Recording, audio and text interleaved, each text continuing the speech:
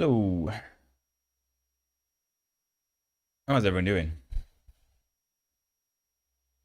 Am I live now? Can I hear myself on YouTube? That's the question. Yeah, there you go. I can see myself. I can see myself on YouTube. How's everyone doing? Oh, I just clicked on some random person's GitHub. Hello, Anton. How's it going, dude? It's good to see you here early on stream today.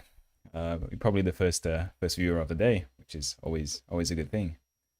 We're going to be doing some more Rust. We're going to be doing some more Golang today.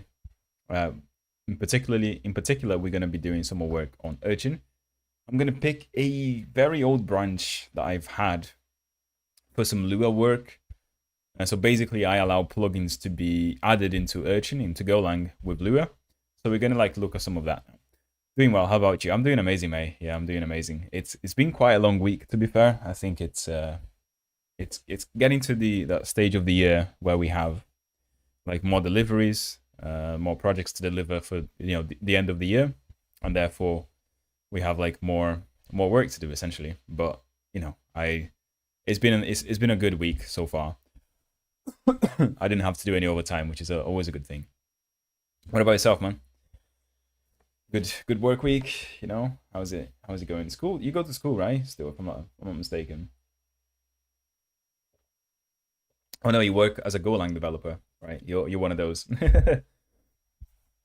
I know there's quite a lot of people who watch me and are just in school.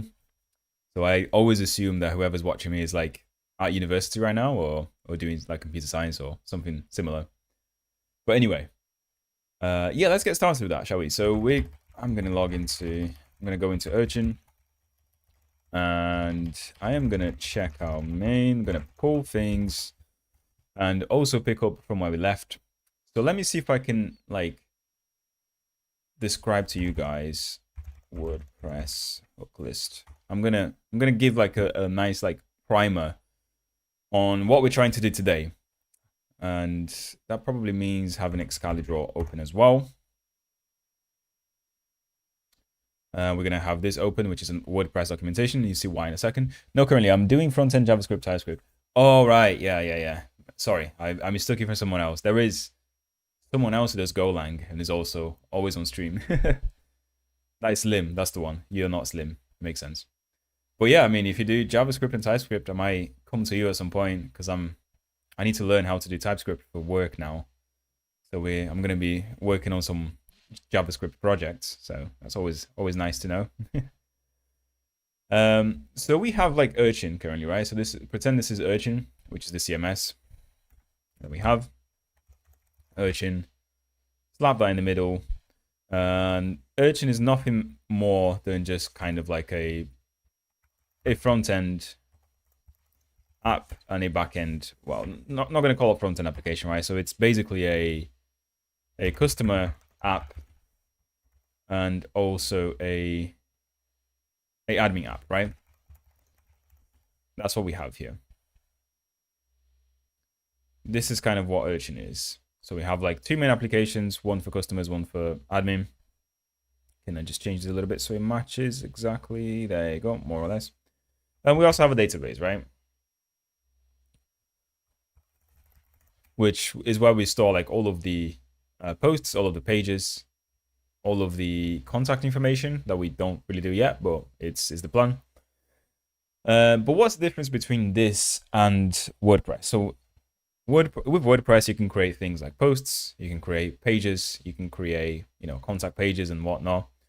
And what's really powerful about WordPress is that you have like all of these plugins, right? So you can install plugins for certain things that will extend the functionality of the CMS, right? That's what we are missing in Urchin right now. So we don't have a way to do plugins at the moment. We kind of do. There is a branch, a PR, where I've included some implementation of plugins, but it doesn't work quite yet. Hello GTX, how's it going, dude? Good to see you here, man. I thought you were not going to join today. You had some schoolwork to do, right, or something.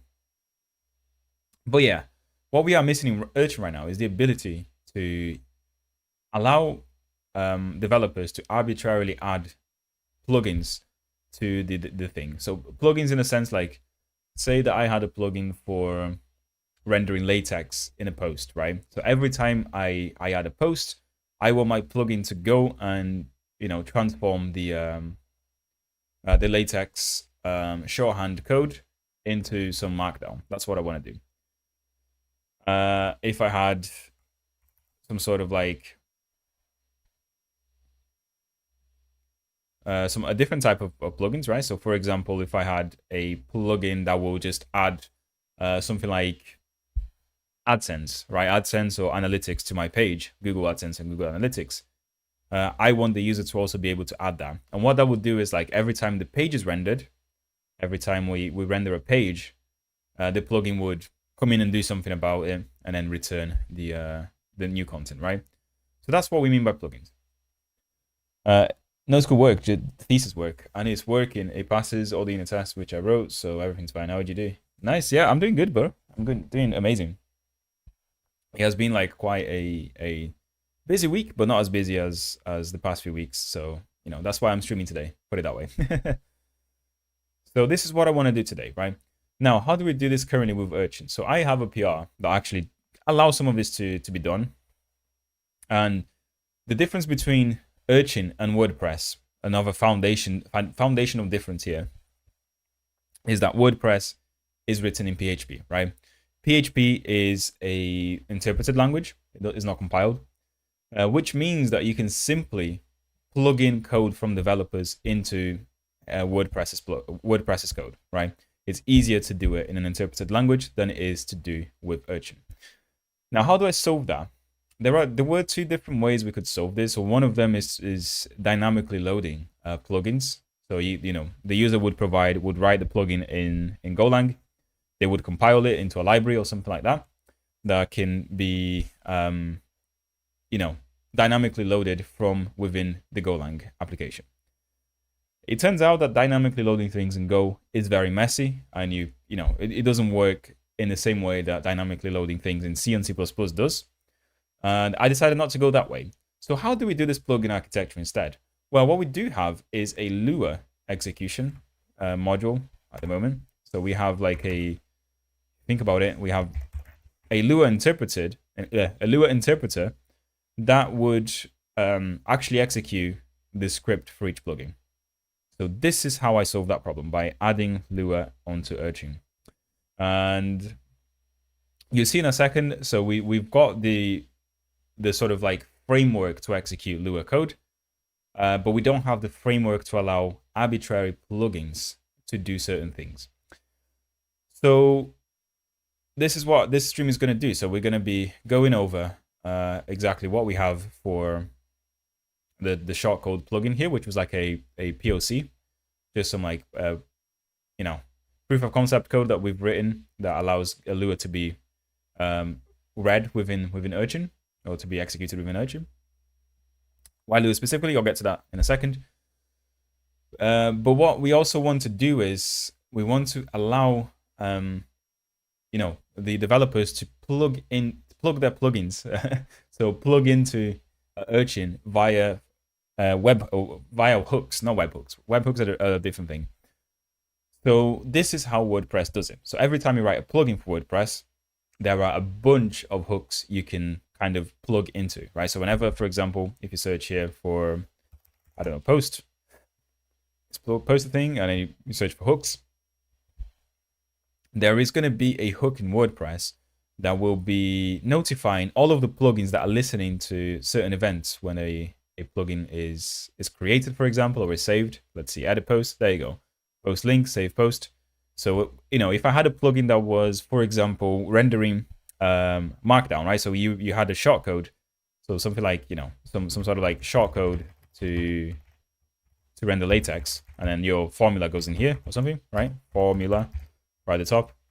The plugin would take in, it would read the post, read the content of my post, see wherever I've got the shorthand, and then replace it with, the proper Markdown or the proper HTML for rendering the latex. So that's what you would do.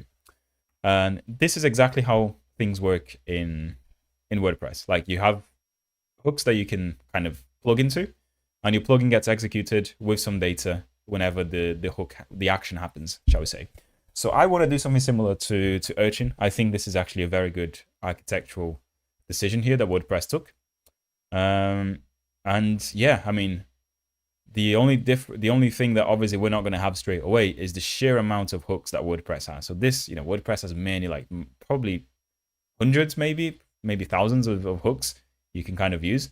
Obviously, we're only going to have like a few ones at the moment, like, adding post or adding page and whatnot.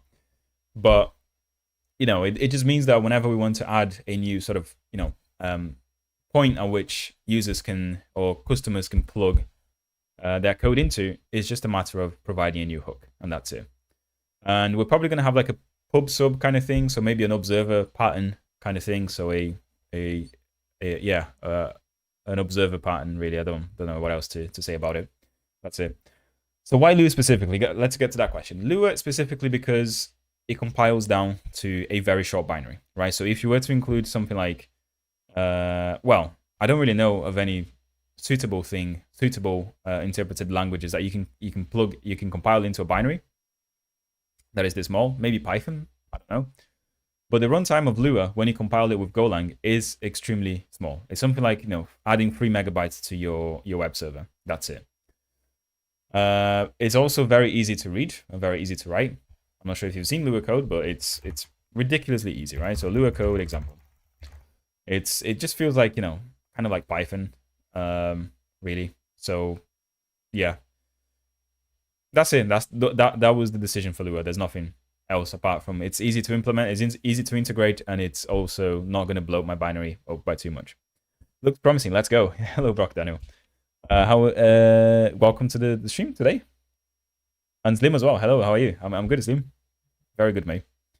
Are hooks basically an API for devs? Yeah, so hooks are an API for devs. So if you think about, it's not really a pub sub thing, but you can say, if I've got my plugin called something like, add analytics, which essentially boils down to adding Google's like JavaScript in my HTML's like header tag, right? What I want to do for my plugin is integrate my plugin into the, I think it's like the add head or whatever hook. So whenever my WordPress, there you go, WP head hook happens. So whenever WordPress creates the hook, sorry, the head HTML, I am going to get a chance to modify this with my plugin. That's what we're trying to do here.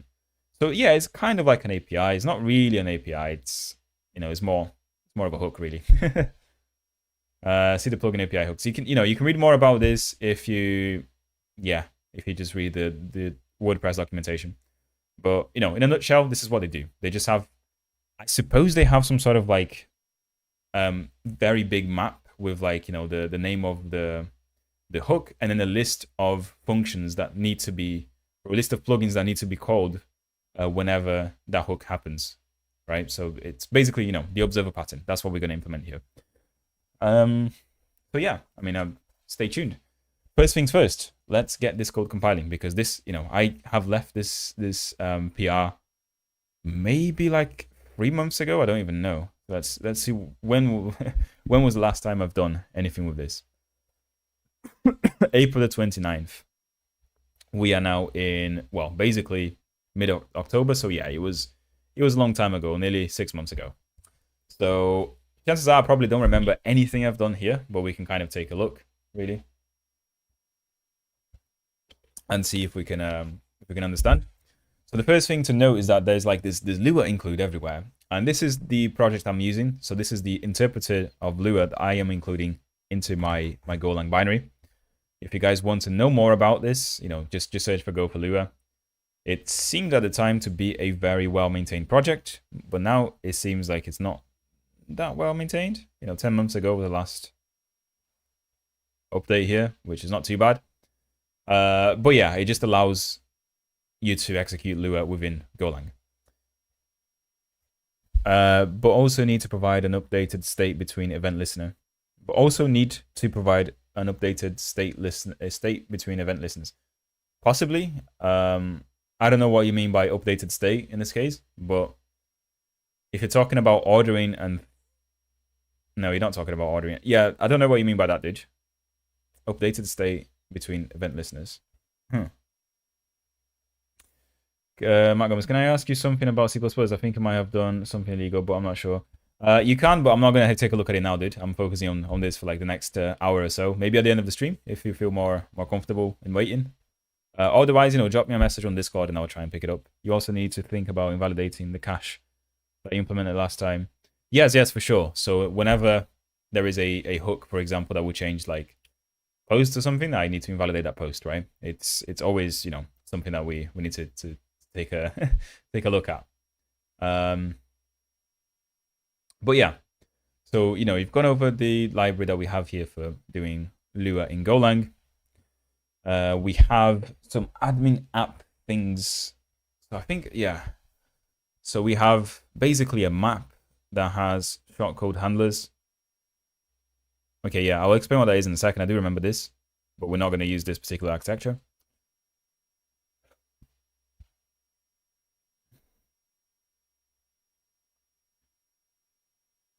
Post handlers is going to be the shortcode handler.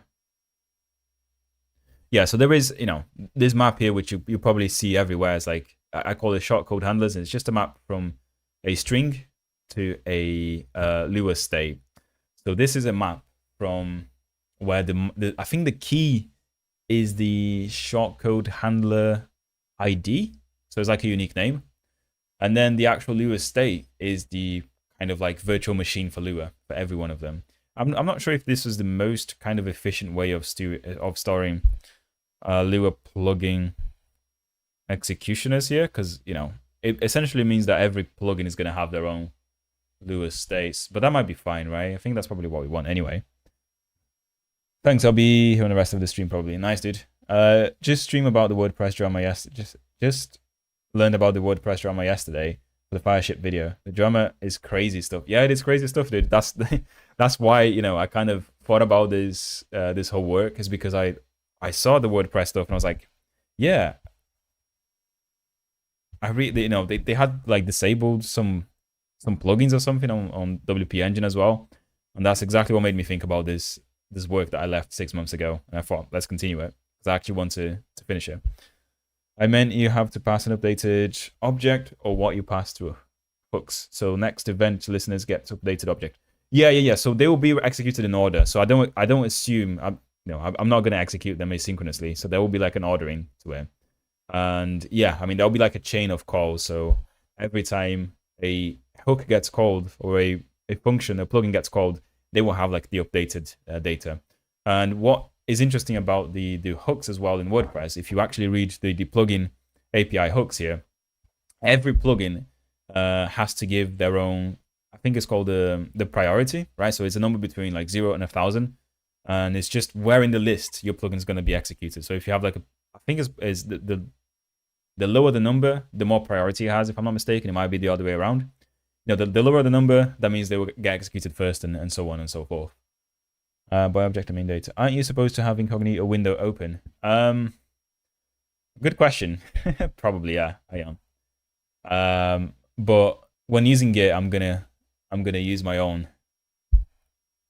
Did I leak anything? Oh gosh, no, I'm scared that I leaked anything. Let me know if I leaked anything, dude. But yeah, I mean, you're absolutely right. I'm supposed to have incognito open. So yeah, I mean, let's check into this. I think I kind of remember enough now. I'm pretty sure it's not going to compile straight away.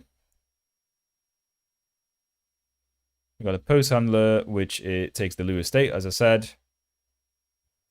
And this is an example of what we want to do dynamically here, right? So in this case here, I basically hard-coded the path where a post plugin will happen, right? So in this case, whenever we are handling the post, or handling a post, then we call the plugin within here. So transform content in here, right? What we want to do is, instead of like having this here, every kind of handler, or everywhere that I want to add a hook into, will have like, call or do hook or something like that, or do call the hooks or whatever. And then that function is going to iterate over everyone, or every plugin that is subscribed to a particular hook, and then run them one by one, get the output out of it, and then it will kind of return the data from the plugins, if it makes sense. Okay, my train of thought here is a little bit kind of everywhere, but you can see what's going on here. So like this currently is taking the post content and sending it through this transform content, which is down here. You're going to see that in a second. So transform content, which is essentially just looking for a short code. If you guys know what that is a short code string, and then passing it down to whatever post we have or whatever plugin we have for that. And let me see if I can actually find the Lua code for this. There you go. So this is what, a table plugin might look like. So the shortcode table plugin will look like this, for example. So it just takes the arguments. What is it doing? And it's creating a table of n by m. You pass those two arguments in it. That's what this does in Lua. There's a more complicated example here, which is handle shortcode, image shortcode. And this adds an image, right? So we can have a shortcode of something like, I think it's like image, and then we have like the name of the image or the path to image, .jpeg or something, and then the alt text here, right? So this is what this plugin is doing, is taking the path to image, getting a hold of that image, and the alt text, if it contains it, yeah, if it's 2.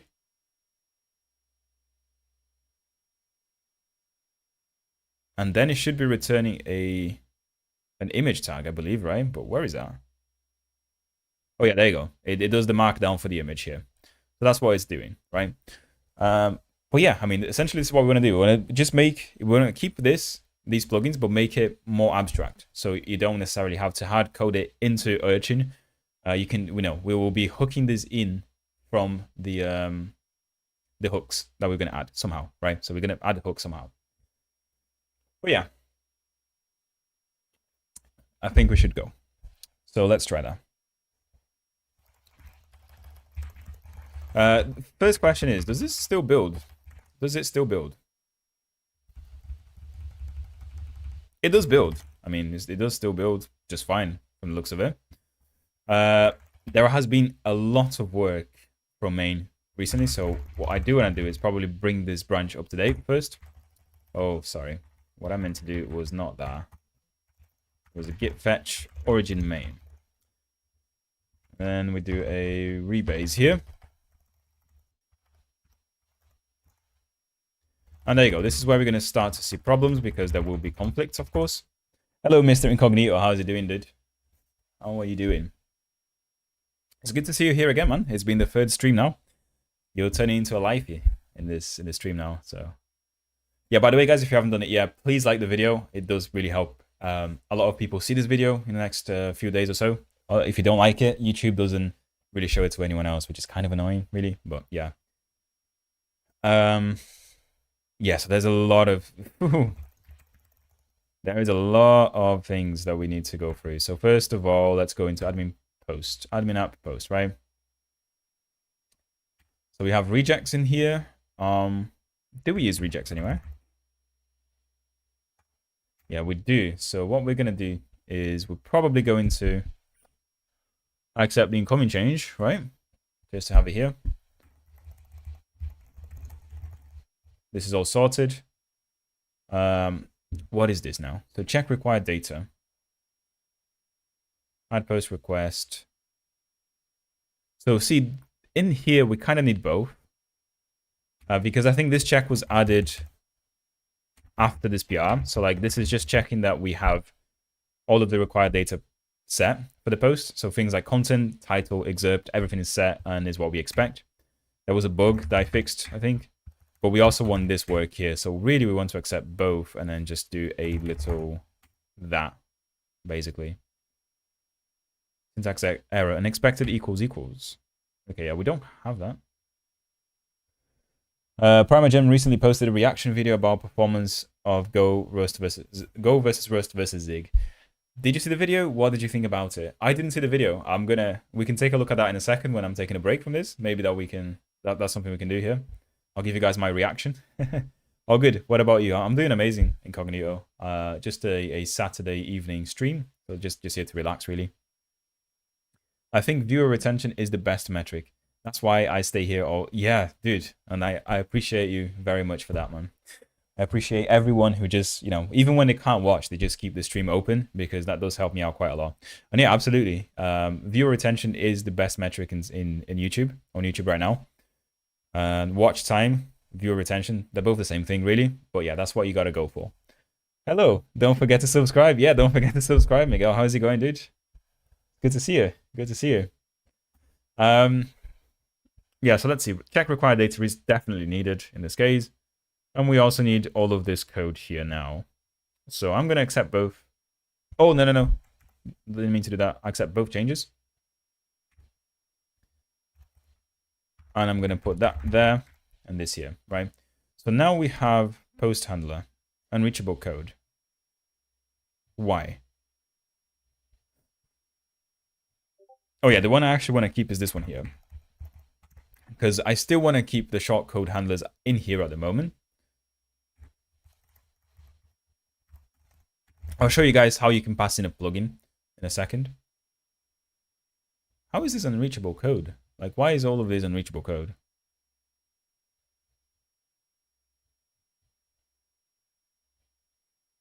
This is closed, right? So I am, in fact, closing this. Oh, no. Something went wrong. Something wrong with the... Okay, yeah, I see. So I somehow missed one of these, I guess. Which makes me think, was this just meant to do that instead? Okay, so we got post handler, put post handler, yeah. Things just work here. I'm gonna say that this merge has been successful, so I'm gonna just add that. And, oh, I'm gonna just clean all of these stuff here because I don't really want to. Git clean. Is it XD? What is it?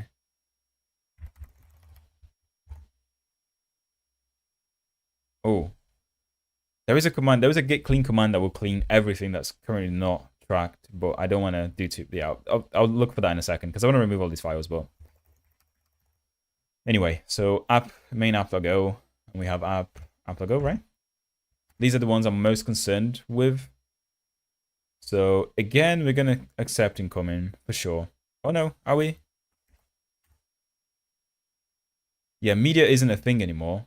So we're going to accept the the previous one. That was the images before it was a thing. So that was a fairly easy one.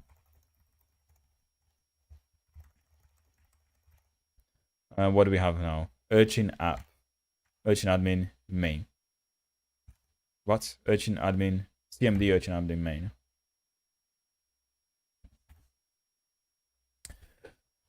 Okay. You won't be too long, guys. I'm just getting this up to date.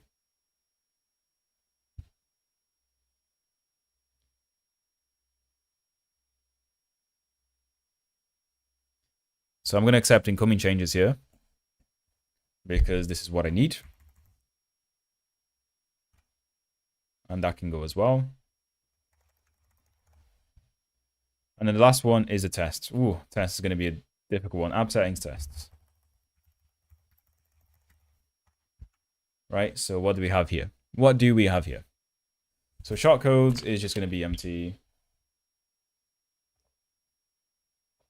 We have all of them, right? Database user, that, database, web server port, admin port. So we are missing admin port, basically. So what we want to do is we want to duplicate these, and the way I'm going to do that is by sorting all of them out.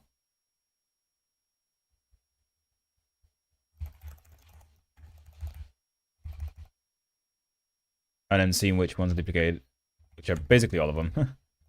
Yeah, let's just do it by hand. So database user is there. Database password is there as well. Database name is there as well. This is there as well. Now this has to go above database port. Database user, password, and shortcodes. Yeah, that sounds good. Undefined shortcode is not a thing though, which is worrying. Database port there. Okay.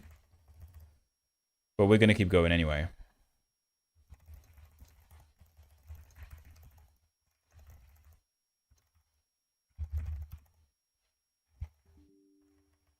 Okay, there's even more stuff now. Oh, amazing. There's going to be a few more of these, actually. Database port, shortcodes. Are they all the same? Admin port is the one. Admin port is there. Yeah, okay.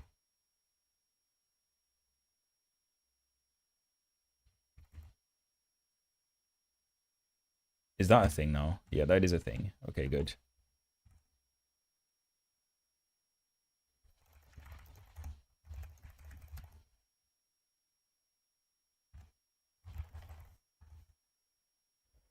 You should look at the original video. I will send you the link on Discord. Yeah, thank you very much. I will watch that in a second. Oh, it's just the same change over and over again. I mean, to me, it looks like we need this one, to be honest. This one here. Yeah.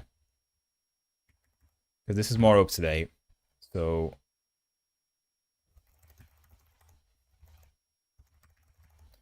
when we're half an hour in, we need to be quicker.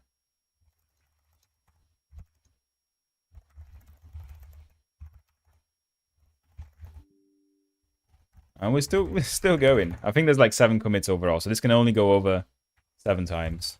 I'm gonna try and be a bit quicker now. Cache enabled, accept current change, right? Accept current change. Yeah, accept current change.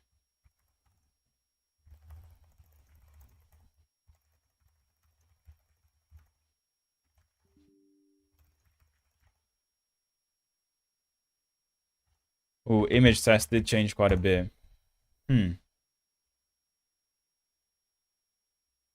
Add image handler.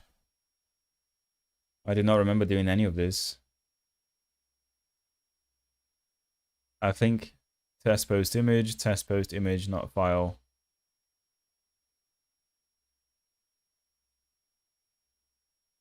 Oh, this is something that will be useful having Al here. So Al is the guy who originally wrote all the tests for images, I think. Yesterday I did something crazy with rejects. I had a 0.5 megabyte file from which I needed to extract vertexes and faces. There were maybe 4,000 lines of vertexes and about 90,000, or sorry, 9,000 faces. After formatting them, I put them into a header file.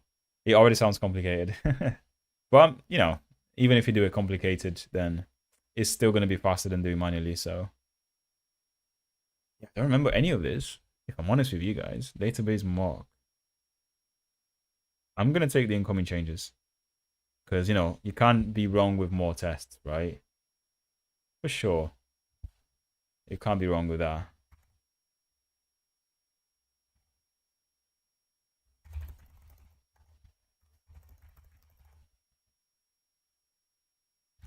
And then if it's a bad merge, you know, it's a bad merge. And we'll undo it, for sure. Now, test, what is this? So this is post-test.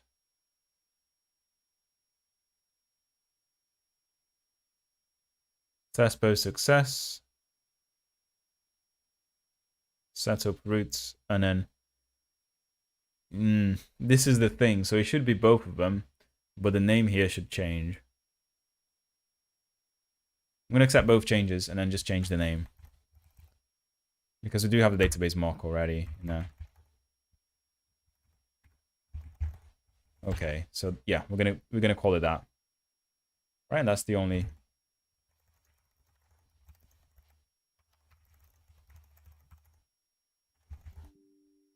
Okay, fine. Now we should have brought this up to date with whatever we had. It's probably not going to compile though, so we're going to figure out if it doesn't.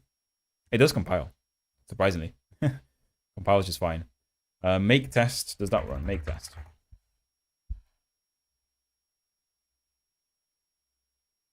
Yeah, so that doesn't. So that doesn't work for sure. And that means we probably messed up something in the rebase of the tests, right? That's what I'm guessing. So we have 18 file changes. Now let me see here. So image test and post test have both been changed. Well, not by much, actually. Huh.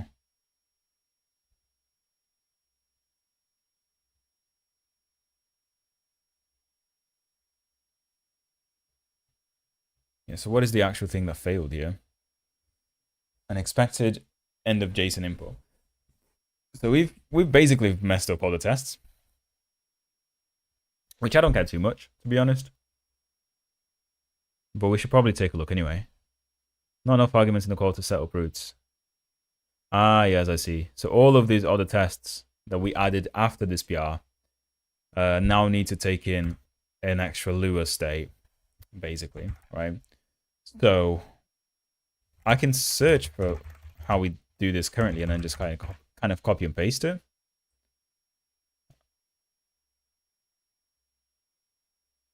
There you go. So we do something like this, right? Whenever we have the errors. So this file will be one of them. Unknown field image handler instruct literal. Add image handler. Oh yeah, we no longer have this anymore. Yeah, we removed all the image handling stuff. It's all static now. Yeah, so that kind of just goes, right? That's what we should have here. And again, add image handler will just go. And get image handler will also just go. Test image get. So essentially these things aren't a thing anymore. Right? Which is images test.go.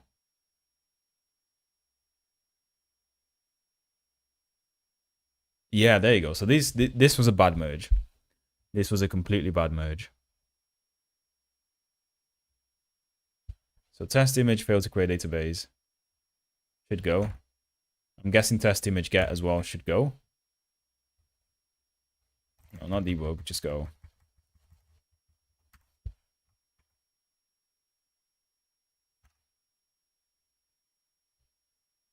And test image failed to create whatever.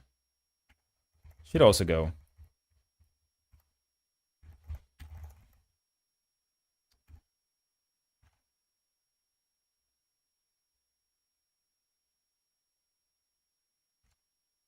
Okay. Damn. So many errors. Just find and replace is not as easy as that in this case because they are called differently. So I need to actually understand what the code is doing. Yeah, but this was not changed at all. So why is this a problem? Get image handler. I shouldn't have accepted that.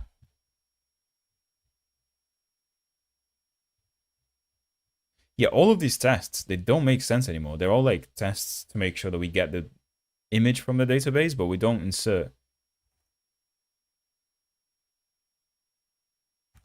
any images from the database or to and from the database anymore. We don't insert or get any of them. They're just in a directory now. So I do wonder if I can just remove all these tests. I think I'm tempted to, you know. I'm definitely tempted to. Let me just make sure that that's what's actually happening. Post images. Yeah, so this kind of makes sense because it's making sure that we can upload an image. That's fine. Test image, not an image file. That's also fine, as far as I can tell. Test image, wrong file content. That's fine as well. Test image, no database entry. This doesn't make sense because we don't have anything in the database anymore for the images. Test get image. Just before I do anything. Yeah, no, this is fine. We don't add anything to the database. Test get image, no image file. That's fine, I guess, as well. Test delete image. That's also fine, I guess. Test the delete image, no image file. Yeah, so there's no more errors in this one, at least. Now, database mock. Yeah, so now this is where we have to actually search and replace, which is low char called handlers. Oh. Is this a post? This is an add page, though. Was it make map string lure? There you go. This will do for now. So fix that one as well. This one, I feel like there's going to be quite a few of them, right? Like post request, undefined post request. What?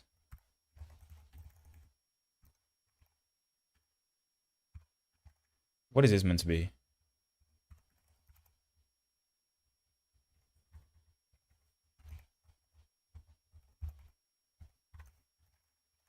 Like that? Can we do this? Add post request or something?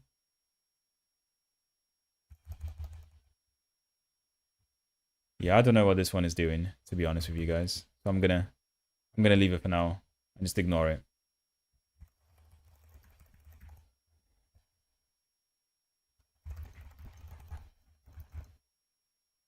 Okay.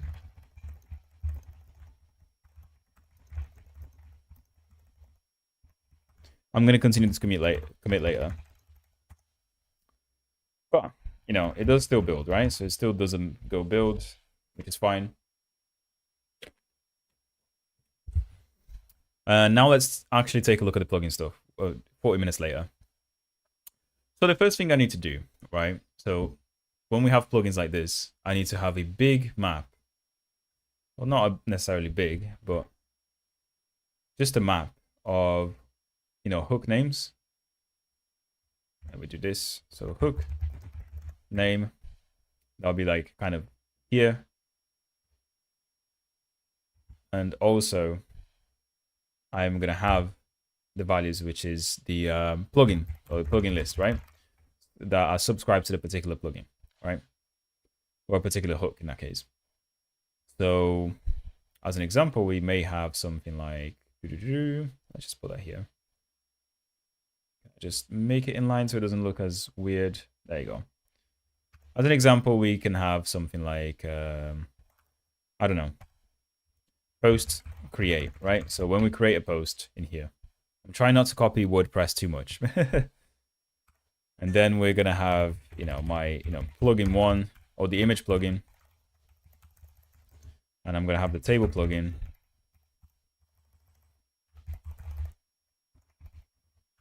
All in the list of things. I did not mean to do that. I meant to do it as a thing here.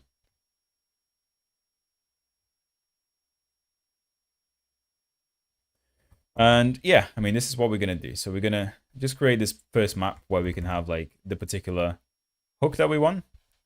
Obviously, this can be like something else. This can be a header create or something, right? Just to make it more interesting. And, you know, something else, I don't know. Or the hook.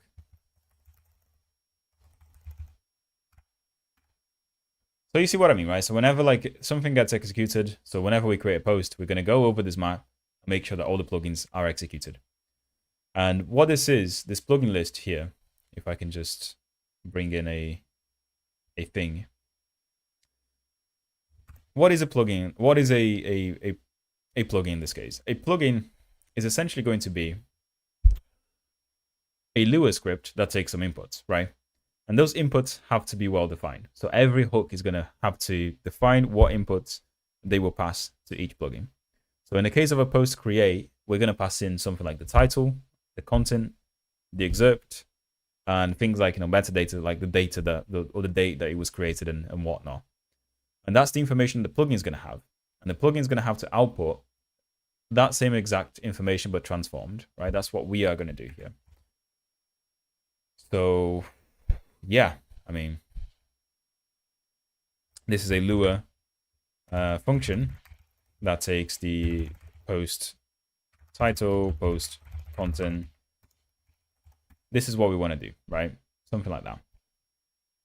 So for all other plugins that we have subscribed to a particular hook, we're going to run over each one of them and then just kind of pass in the values in the chain. That's what we're going to do. Now,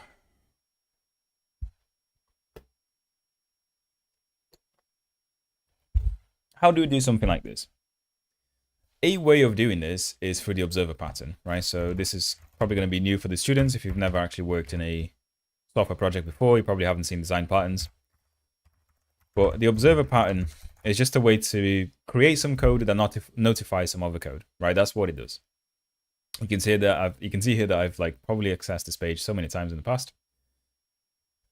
Oh yeah, I remember this website, Refactoring Guru. I think it was like the first website I read on, or the first article I read on the observer pattern that actually makes sense.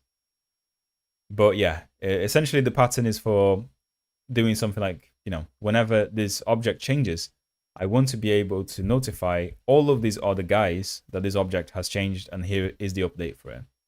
So it's kind of the same thing, right? Kind of the same thing here. So whenever a post gets created, in other words, whenever our post table in SQL gets,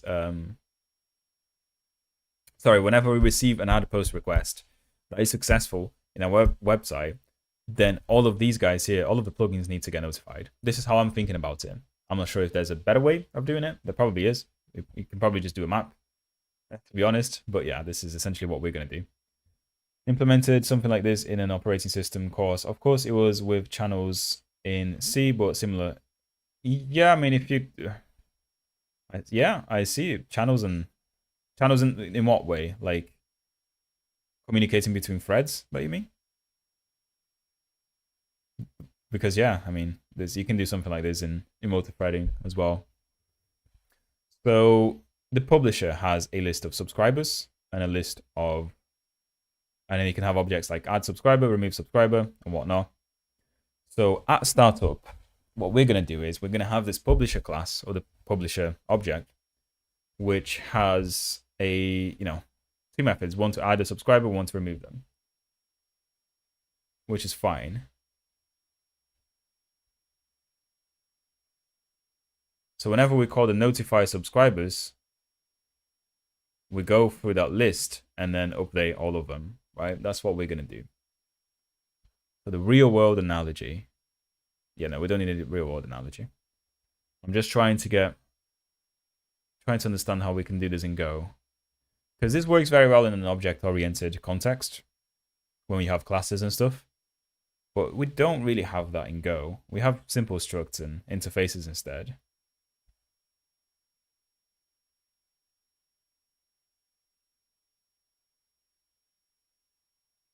Oh yeah, if you wonder how like GUI libraries and whatnot, things like Qt, so how they notify, or how you can get like slots and what is it, slots and whatever the other sites slots are. It's like a way of notifying elements in your UI when something happens. It's probably Observer under the hood. It just looks like it to me. So we have this event manager which subscribes and unsubscribe, notify. Then we have the event listeners, which we alert things. Yeah, that's fine. I am still wondering, is it worth doing this, or is it just better having a map that will hold all of the plugins that we have to call? Because it looks like it's easier that way, to be honest. They have an example in Go. They have an example in Go, do they? No, they don't seem to have an example in Go. I will look for an example in Go though, Felipe. And welcome to the stream, dude. I think it's the first time I'm seeing you here. If a process was waiting for something like and the OS had it sleep, it would be put into a channel, and then something happened like a timer file being read piper. Wake up the process. Ah, okay. Yes, they have code examples. Okay. Oh yes, they do. Of course. I was just being completely blind. Thank you very much.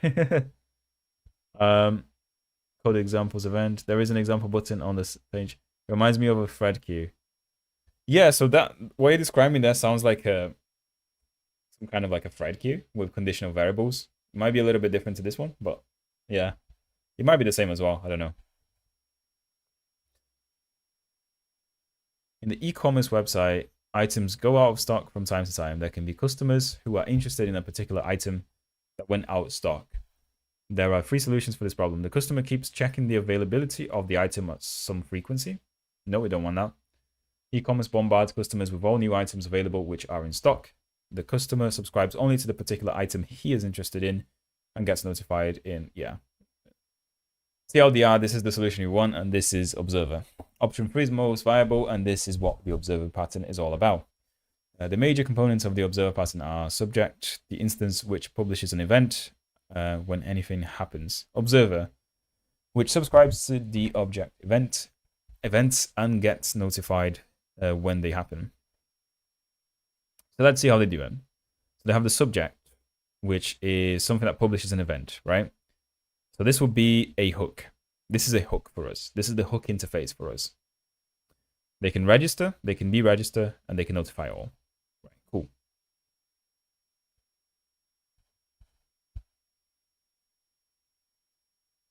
And then they have a concrete type of that. So type item is a struct. A new item, okay. Register, deregister. So this will implement this interface here for an item, right?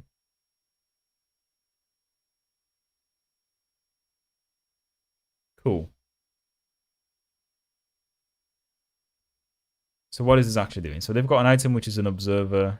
It has an observer list, a list of observers. Fine. We have the name of the item, whether it is in stock or not, true or false. Whenever we do a new item. Oh yeah, this is just the constructor for it, I guess. Or some sort of like constructor-like thing.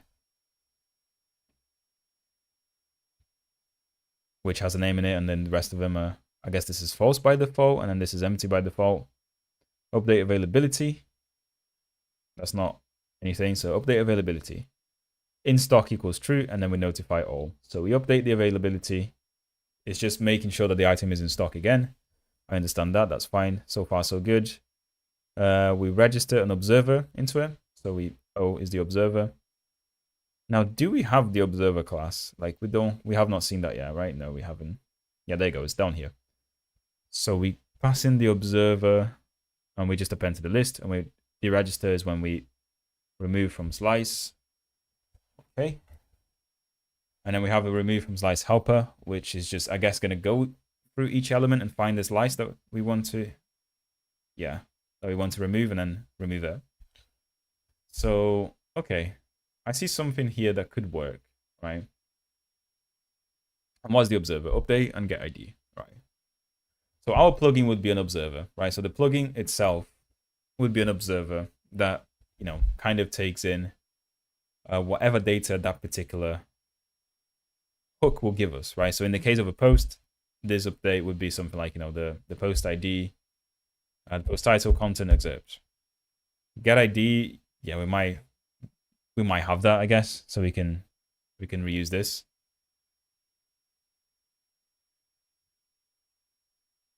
And notify all is just going to go through each observer in the list and update them. There isn't much to it, really. Now, what I'm struggling to figure is, like, do you guys think that it's better to just kind of do a map with a vector, really, and then just go through the functions in that vector?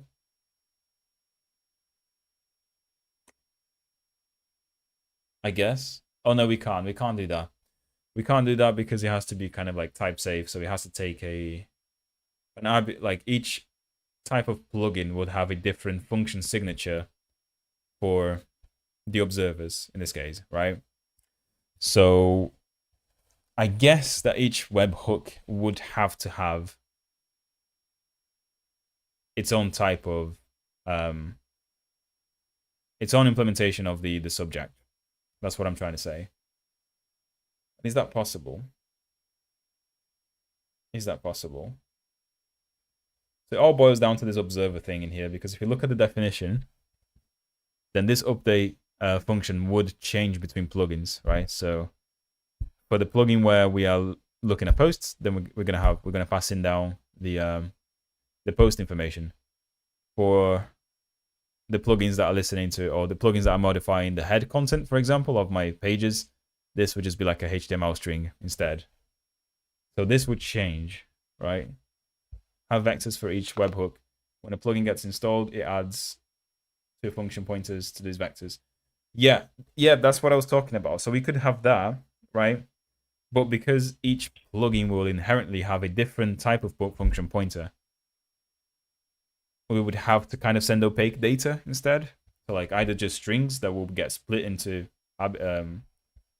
arguments, or what I'm trying to do is like trying to build it in a type safe way, so you know exactly what you're getting from the update call of a webhook. Or I keep saying webhooks, they're just hooks, right? Maybe ID with 2 empty interfaces, all the new values. I don't understand what that one means, Felipe. Send me an example though. You have an example for that one? Maybe an ID with 2 empty interfaces, old and new values. Maybe, I don't know. But how does that solve the problem of essentially having different values, different parameters for each plugin? Let me be clear on what the problem is here. I'm not sure if it's clear. So if you look at the WordPress plugins, right? So WP head, which is, I guess, is a hook for whenever WordPress is generating the head stuff. You can see what arguments you get in here, right? Or it should do, right? Does it give you the arguments? Does it not say which arguments you get from here?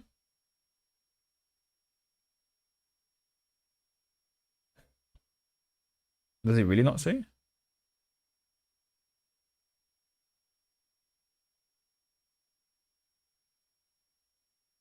User contributed nodes taken from the old vector, an example. So we hook CSS. So this one is creating a plugin that will just hook into WP.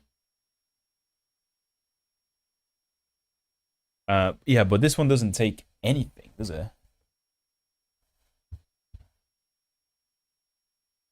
Oh, okay. So this is actually a little bit different. This is just returning the style in line, basically.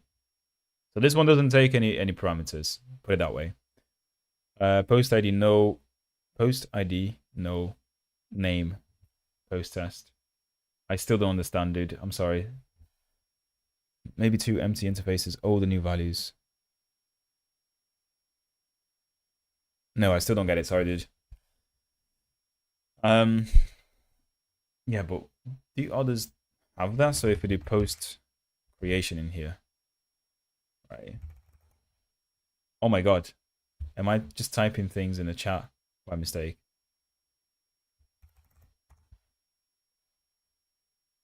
So the post, edit post, save post. What do we get here?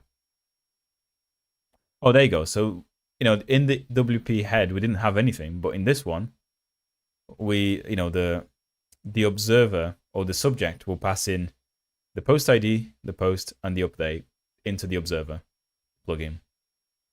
So this is the difference. That's what I'm trying to see. So like, I can't just use the same vector in the same map to save all of them, because they do take, each function pointer is different.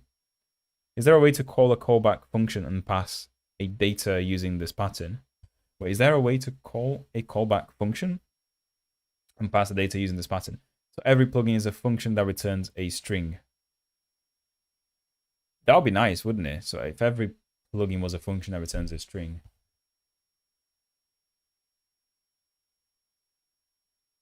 Yeah, I mean, essentially what you're doing is calling a callback, if you think about it. So you're just registering callbacks. This is what this is doing. So I think that's the answer to your first question. And I think the second point of that was essentially whether or not you can take opaque data, right? So it's not really opaque data because opaque data is like binary data, but you mean like string as a way of passing the same data every time. Which, yeah, I mean, that's one option to solve this. But my point is that I wanted to kind of do this in a type safe way. So like, you know exactly what kind of function, what you should implement for each plugin instead of having to, I guess, rely on like the Lua plugin just knowing what data is getting. Which I guess we need to anyway, right? Because I don't even know how I'm passing data to Lua plugins. How am I doing that? How am I doing that at all? So it just takes arguments. Yeah, maybe we'll have to do it that way, I guess. That makes sense. Vou mandar aqui em português mais fácil. Mandei, cara. But why would you care what kind of arguments the plugins have? You're making a system they plug into. The plugin should be molded into the system, not the other way around. That is a good point. That is, yeah. I think having a simple map with vectors on the end and subscribing plugins, that is the best option. Yeah, maybe it is. Deve você retornar os objetos, o antigo e o novo, e assim observar. Consegue pegar o que foi alterado, caso queira. Isso evita o observer ter que ir atrás do... O exemplo do null é aquele evento criação. Ah. Yeah, so what Felipe is saying is that we can also send the altered data along with the new data. Which, yeah, I mean, it is a way to keep history if you want. I'm not really too bothered about history at the moment, though. No, it doesn't. Yeah, unfortunately, it doesn't resolve it, Felipe. But it's a different problem that's nice to have, though. So if you wanted to see what you have modified in the chain, then that would be, you know, a good way of keeping history. But I'm not worried about that for now. This is a different problem. I'm inclined to go with what GTX is saying here. So you are correct. We are doing a plugin system where the plugin should know what they're getting, right? So I think... Memento, se quiser, for pegar o histórico dele. Ah, beleza. Yeah, it's a different... você entendeu, cara? É um pouquinho diferente o problema. But, yeah, I think for now, let's just take the easy shortcut and just pass in strings to the plugins, right? That's what we're going to do. We're going to pass in strings. So a vector of strings. That's what we're going to do. Which is fine. So I guess let's go for that. So I don't know what this code would actually go into, to be honest with you. Maybe we can add a new folder here.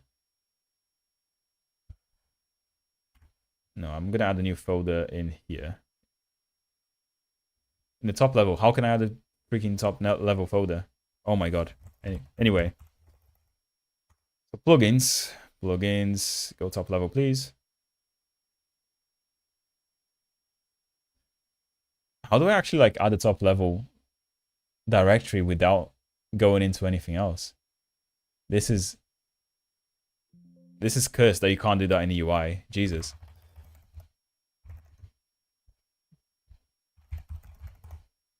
Absolutely cursed. Plugins already exists. What? Do I have plugins already? Yeah, I do.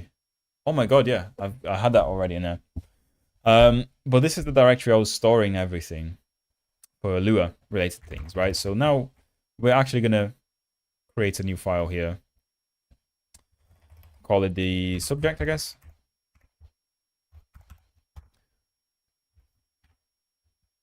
Okay. So the idea here is to have the subject interface. And that's going to be a package. What is it called? Plugins, I guess.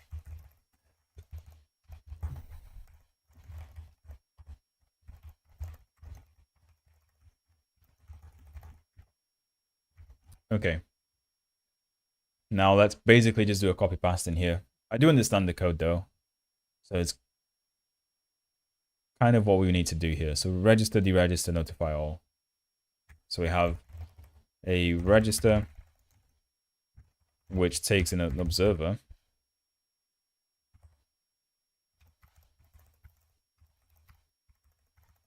or it takes in a plugin, right?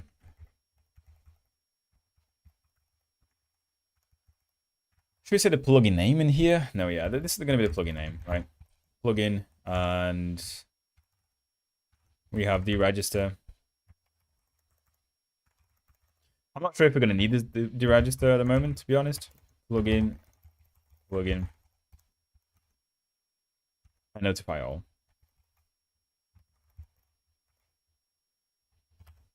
Wait, what was the notifier? Oh, I thought VS Code was giving me already some good suggestions there for naming, but it was not. It was just not nil. Never mind. Notify all.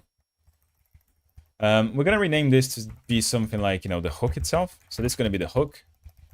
It takes in a plugin, the register of plugin notifies all, and this doesn't do anything, I guess. This is the subject interface. Now we have the observer interface, right? We can probably have it in a different file as well. Not too bothered.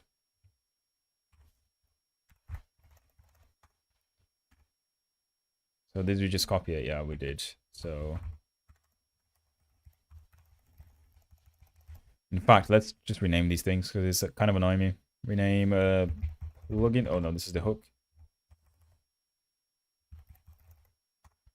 Plugin interface, and this is the hook interface. Yeah. Rename hook. Hook interface. Maybe have arrays maps for the different hooks that store the data types in the same sequence as the systems is passing the strings to the plugins, so that the plugins know what to convert it to. These could be an essential static header for both the Go side and the Lua side. Maybe. I'm not too worried about the Lua side because I'm just going to pass in an array of strings, and then the plugins can like deserialize the data that they see fit. I feel like that's okay for now. We can think about the intrinsics of it later, if it makes sense. My goal is to get something that kind of works today, really. And the plugin, what does it do, right? So the plugin, we have update. And then we have a vector of string here. That's what we want to do. So the argument, something like that. And that's it, right? Do we need anything else for the observer? I don't think so, right? That was it. And the ID. I guess we can have a get ID, which returns a string. Yeah, I guess. I guess that could be it. Right, so this is where we start kind of doing the thing. So we have the hook table. Sorry, we have the hook interface and the plugin interface. Let's actually make some concrete types. So the new one we're going to make now is for the post, right? So the post hook, maybe? .go. And yeah, we can have a type, post hook, which is a struct. And what will that have? That has the observers or the plugins, which is going to be a thing of, oh, forgot to do a package plugins here.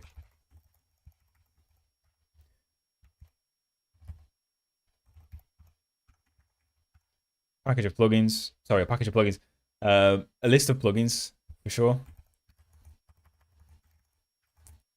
What else do we need? I think that's it. So the post hook is just that.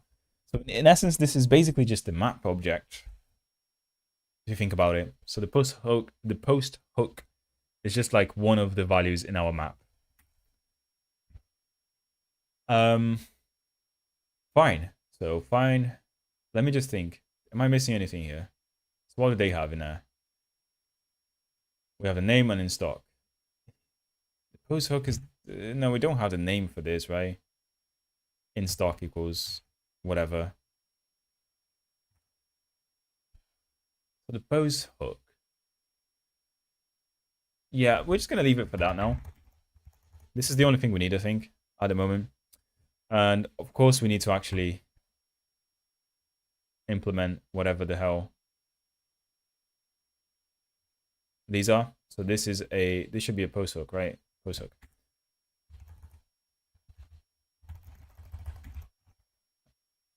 Do we implement it by pointer all the time? I think we do, right? Yeah, we implement it by pointer all the time.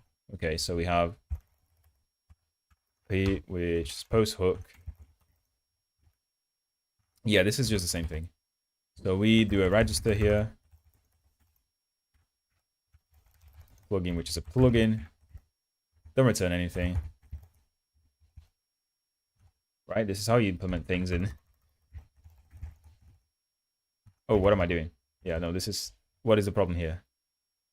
Expected a declaration found this. Why? What am I doing wrong? Oh, yeah, of course. I forgot to have function here. There you go. How does it know it's a function if it doesn't? Now it likes it. So we're going to do the same thing for the other functions as well. Post hook, and then we have deregister. Takes a plugin and notify all. Okay. So this we have to iterate over each plugin and pass the notify into it, right? That's what we're going to do.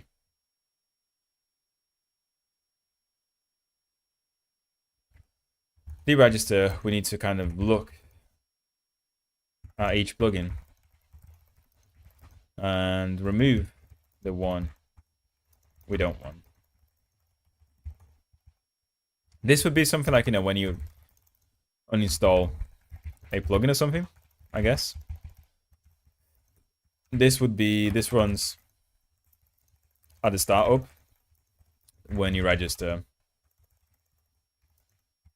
all the plugins you want. Go is hard. I think you should use Java instead. Yeah, me too. Yeah, I think I should definitely learn Java instead. So yeah, I mean, this isn't too complicated for now. So let's go into it. So for plugin in, is it range plugin?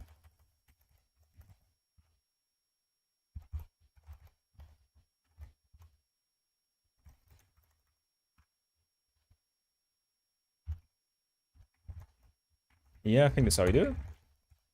Right, so range will give me the thing as well. Expected one expression. Or maybe not.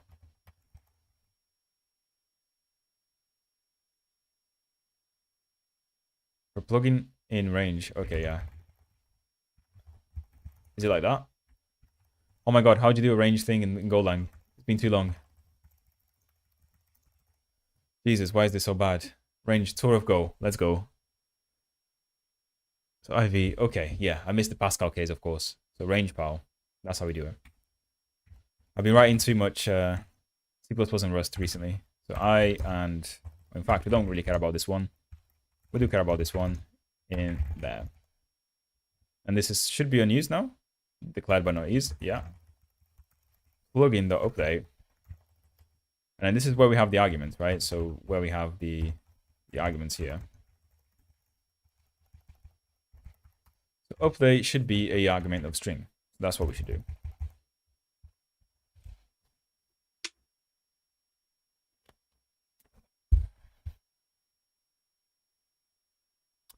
So that's fine. So how do we get the post stuff in here now? So we want the content.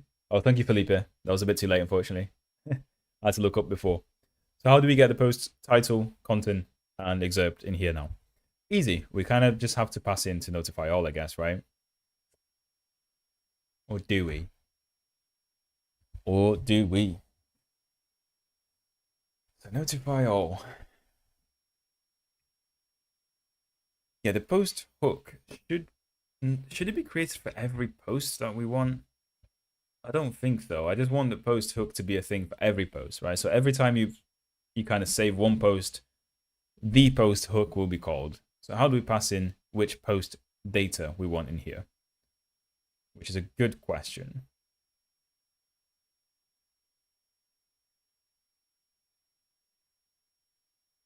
I guess we can also provide certain functions in here, right? So we can do the function that's not part of the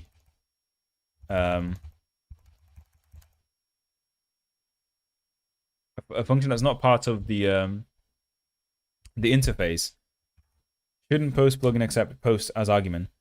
It should, and this is where we're going now. This is what I'm going to do now. So somehow we need to know which states we want in here, right? So we can't obviously add the post information we want into as arguments of notify all, because this comes from the interface and we don't want to notify the interface just to cater for the posts. So in a way, we kind of need to do something like func p post hook notify update post, and then we have like the ID, which is, I don't know, an I32 or whatever, post content or the content, which is a string, title, which is a string as well, and then we have the excerpt, which is also a string, right? Something like that. And this will do something, and then we'll also call p.notify all in here, right? So this is what we're going to do. So for the sake of being lazy right now, for the sake of being very lazy right now, what I'm going to do is I'm going to do the latest, or the latest post, right?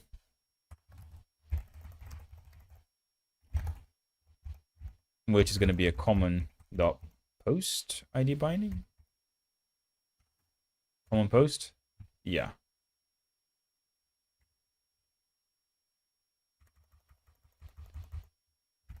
And we're kind of just going to pass that in there, right? So the post, which is, I guess, can be a common dot post. This is probably not the best way of doing it. I just want to keep some state so I can access it in here, if it makes sense.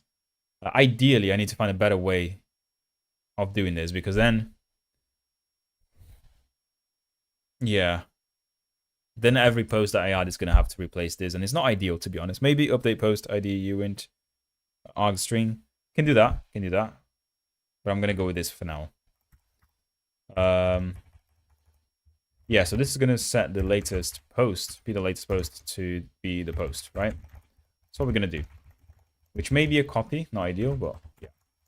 And then in here, I can do, the arguments, right? So I can create the arguments. So args is going to be make, or in fact, can I just do this? I can just do this, right?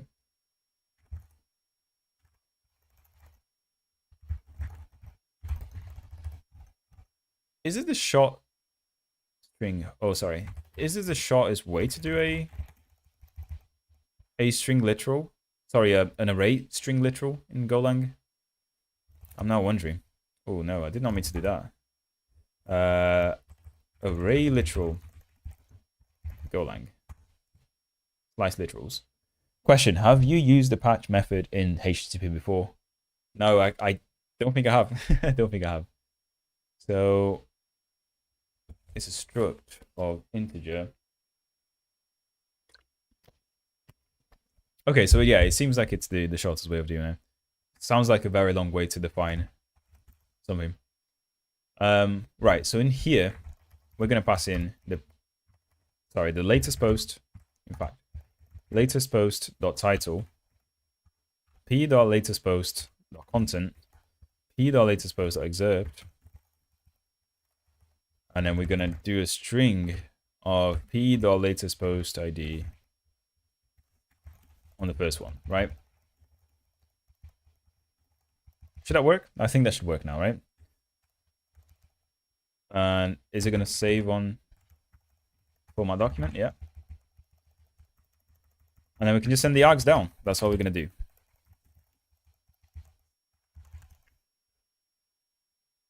Conversion from int to string yields a string of one rune, not a string of digits. Okay, so how do I do? Is it from strings or something? Like strings?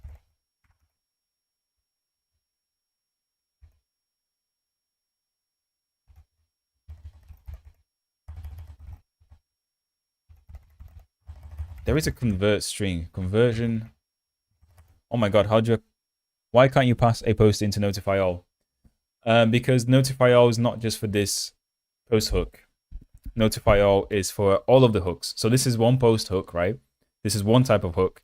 I'm also going to have the hook in the header. That's another one I want to implement like straight away. And that's not going to take the post. You see what I mean? I don't want to modify this here for now.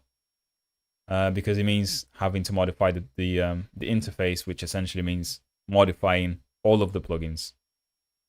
Sorry, all of the hooks for the plugins. Does it make sense, Anton? Let me know.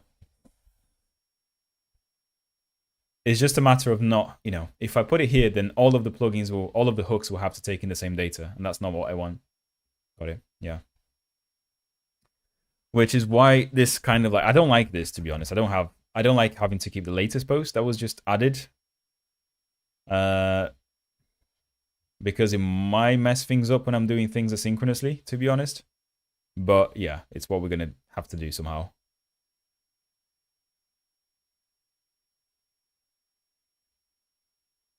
What we could do instead, right, if we wanted to make this a good thing, this would contain a queue that would have all the posts that have just been added. And then every so often, or every now and then, we would be popping from this queue a post and then handling to update post or whatever, which essentially stores the state and then pops it from here. But yeah, I mean, anyway. So, yeah. Yeah, so how do you convert an int to a string? So int, Golang int to a string.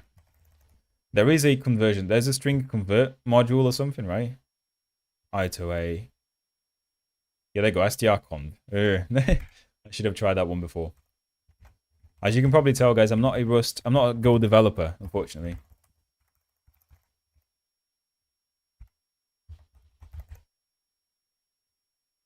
Parse int.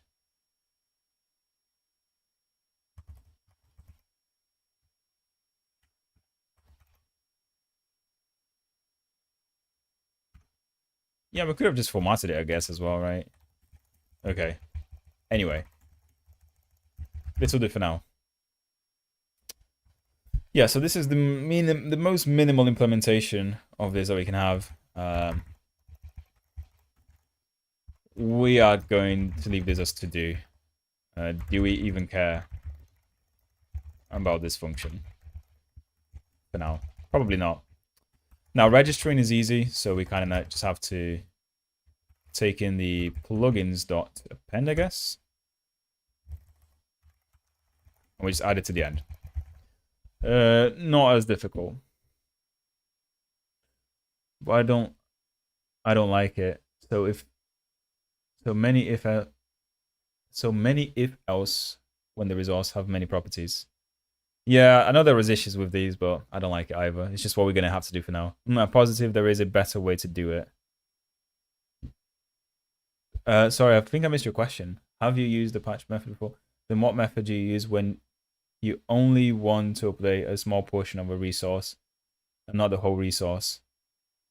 You use put, I think. Put is the one.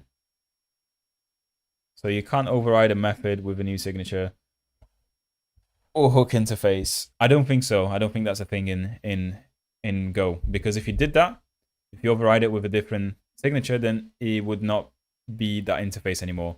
And I want to implement the interface because I want to store them all in the same map, if you see what I mean. So that will be like a map of plugins, which will be like updating things every time.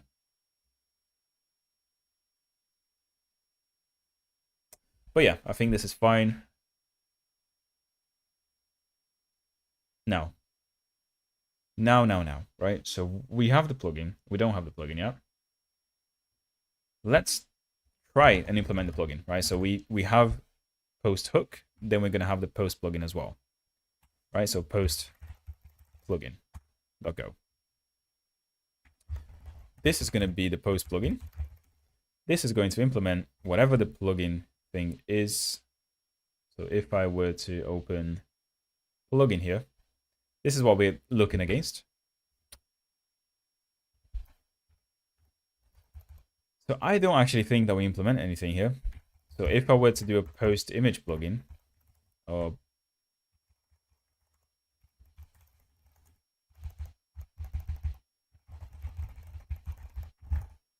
wait a second. Am I just thinking of this wrong? Is my plugins are not implemented in Golang, but they're implemented in Lua, right? So really, I don't need this struct at all. I don't need this plugin struct.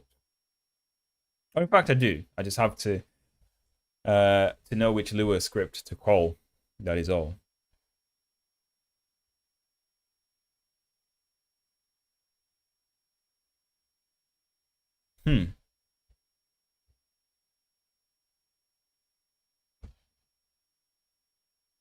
Yeah, I think that's what we have to do. So we don't really have an interface here. We just have like something that's easier than an interface. It's just a struct, which has the name of the Lua plugin that we want to run, the ID of the plugin, and the method called update, whatever, right? So actually, this is easier. Do we remove post plugin? Yeah, remove post plugin. In here, we have type, which is a struct.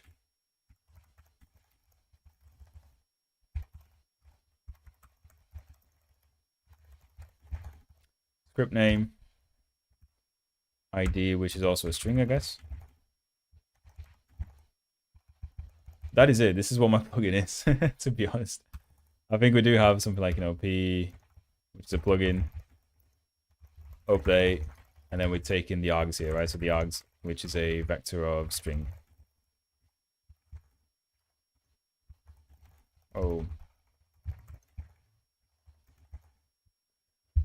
I am, if there was some actual Golang developers watching my stream right now, they'll be cringing because I'm so bad at it.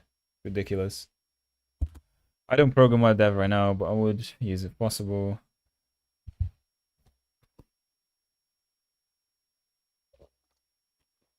Yeah, you were talking about the patch method to update partial information about something, but what I was saying is that use the put, right? The put method is for that. Right? Or am I completely mistaken? So let's see what put method is.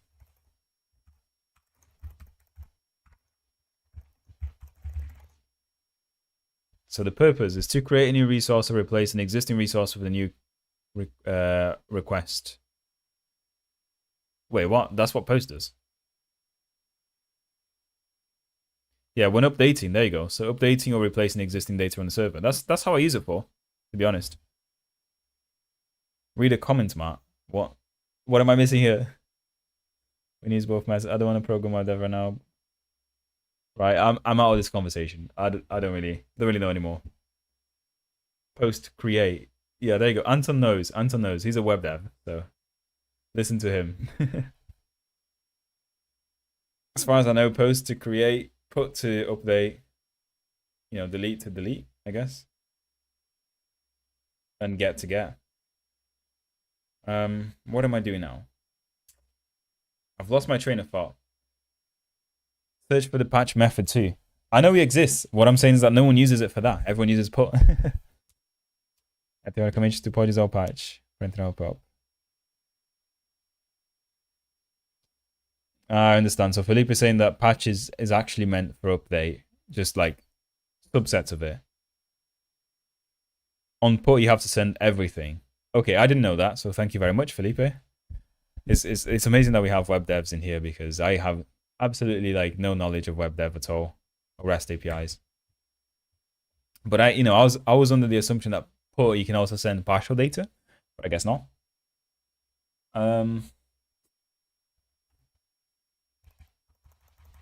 Yeah, so we update the patch here. What we want to do is we want to have like a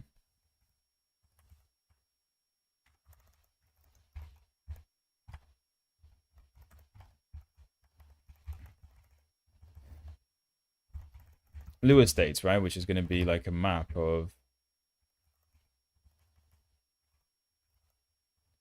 Wait, how did I define the map again?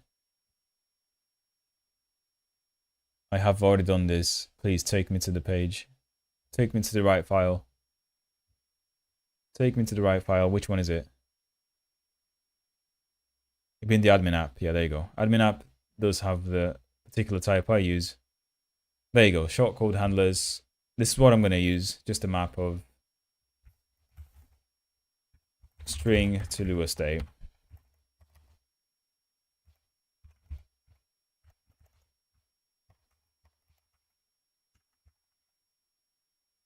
There you go. And obviously this is going to do something funny because this is actually going to find the Lua states. How do I find it in a map in find? Is that a thing? What's the actual way of finding it? I've not done this in such a long time. I completely forgot Golang. Find a map, save, Golang. So we check.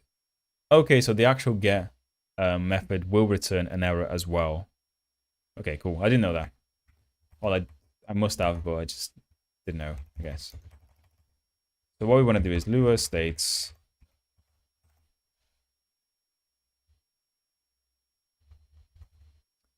And then we have the script name, actually. Or the p.script name. And then we do a val and OK equals that, right?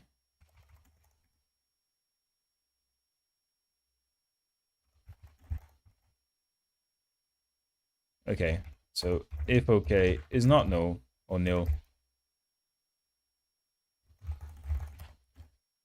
we should probably return an error here.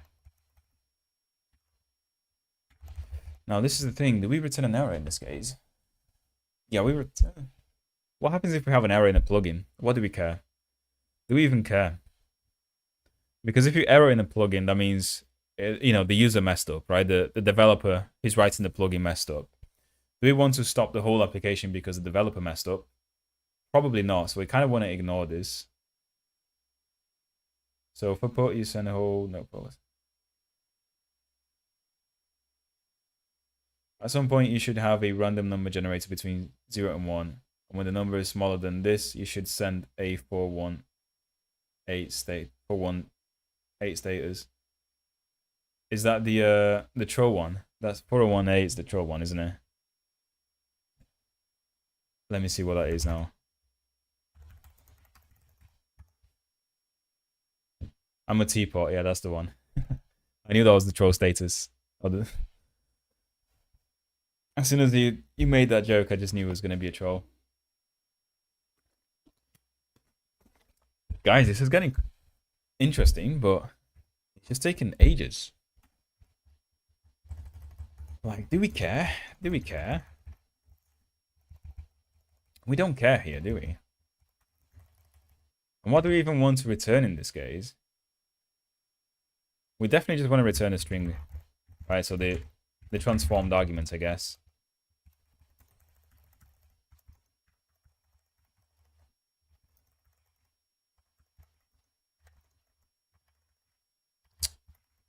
I can't spell today. Transform. We do need to actually move the post itself as well. Not the post. Gosh.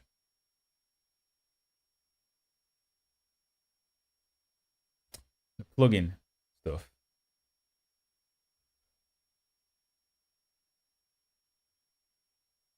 Oh. Yeah, no, this is fine. I was thinking that we had to modify the interface, but I realized that this is not the interface anymore. I mean, this is the interface. This is what used to be the interface. So if every plugin takes in the arguments and the state of the Lua and returns the modified arguments, then we're fine with it, right?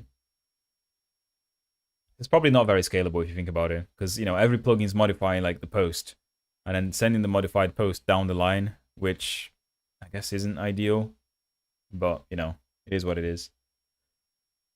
Also, there needs to be a smaller threshold which sends a query that drops all the tables. Yeah, I mean, if you want to mess up the website.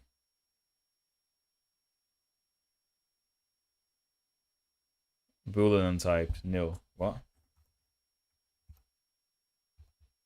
Wait, so what does OK actually return?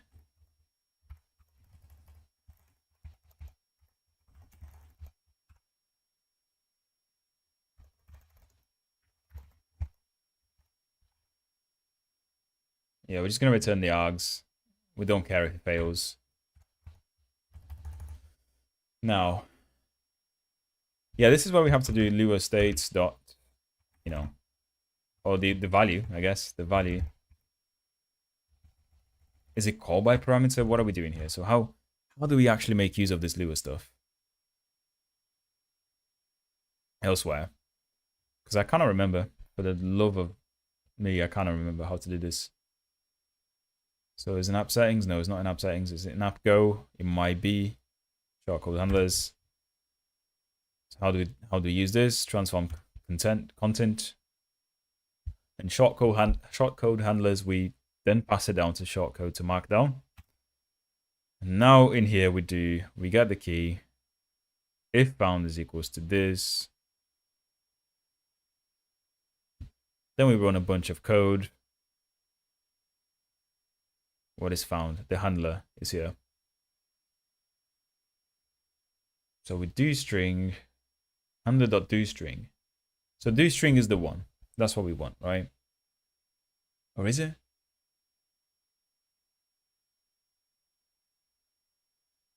Okay, I mean, I guess this is what we're going to go for.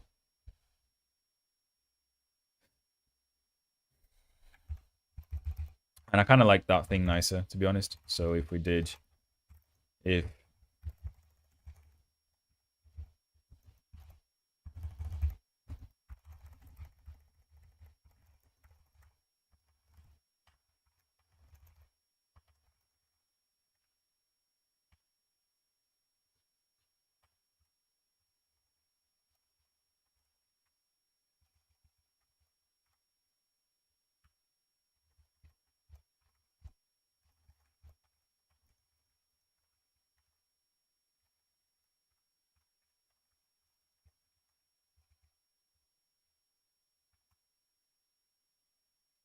so error or something like that. What does this actually do?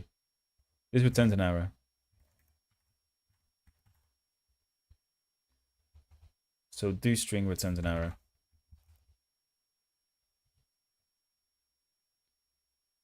So this is where we pass the arguments, and that'll just be args in this case, I guess. But then we obviously have to get the result of this, which will be, I guess, another set of arguments. Image, shortcode, hook, bindings, post, yeah. Get global is the one, yeah. Because how this actually works, it's actually very, very interesting how it works. Now I just remember everything. So if you look inside the script, right, all of the scripts will provide a function called the handle shortcode, right? Handle shortcode is the common function you're going to find in these plugins, right?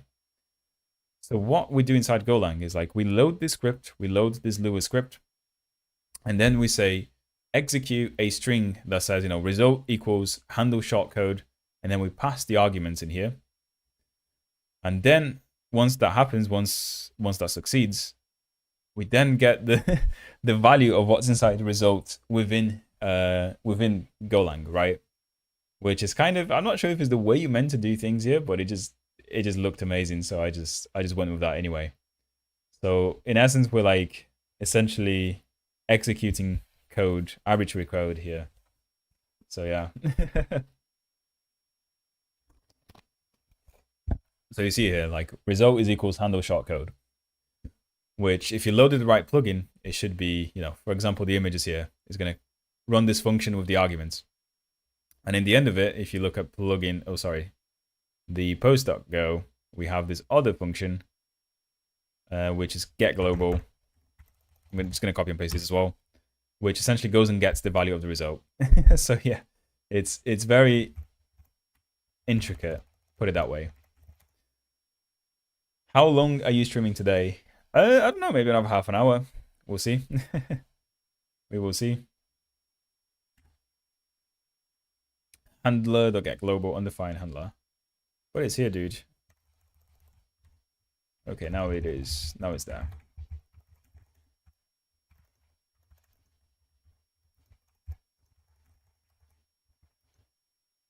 We don't care, right? Fails return.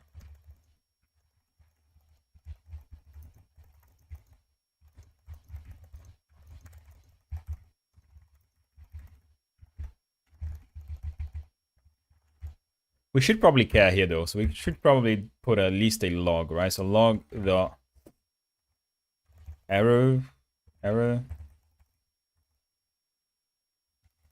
not this, I guess. Could not execute the plugin. And then we do this. Yeah, let's do a log in there.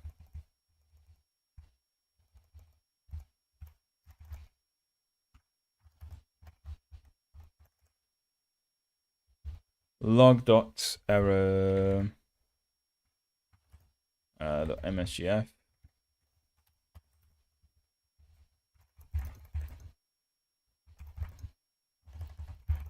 Could not find a registered.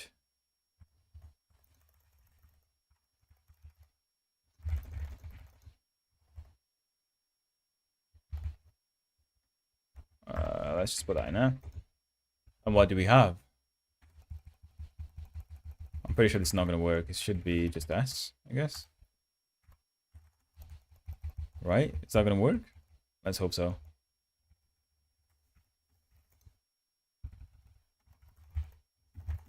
P script name. Right. Yeah.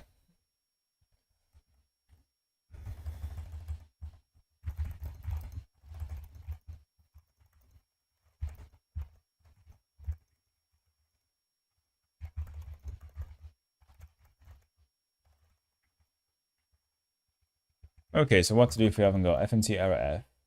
What happens here? Return fmt error f. In this case, we don't actually care. I tested out how long I need to build my dependencies. Turns out that is 22 minutes for one profile. If I want to build, debug, and release, I need to build 45 minutes. Sounds about right. I mean, it sounds like you have very big dependencies like Boost and maybe Qt or something. It's about right, yeah. If you are doing C++ with Conan, I guess, right? That's what you mean. Just Open Blast. Yeah, Open Blast is a big one, to be fair. That is also a big one. Why? The question is, why are you working with Open Blast? Like raw Open Blast, or is it a dependency of like Armadillo or something like that? What are you doing with it? And some GTS with OpenGL. You're not using Open Blast by itself, right, dude? You better not. There's this library here that may be helpful if you are using just Open Blast. I think it's called Armadillo. It may help you quite a lot. I'm just using it by. Don't do that, man. just don't get yourself depressed. This is, I think this is like a wrapper over. There you go, Open Blast and MKL, depending on what you choose. It's a drop-in replacement for any of these, and it's good, and it's C++ syntax. Anyway, it might be too late now, right? It seems like you've already developed all of your app, so you might not have the chance to switch anymore. Right. Fuck.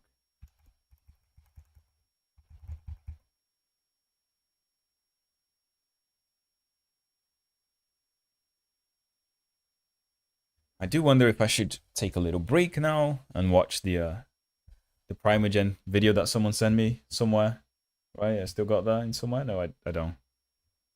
Or if we just keep powering through this. Let's keep powering through this. So what this is doing, so this gets the string, a return type is not a string. Value type string.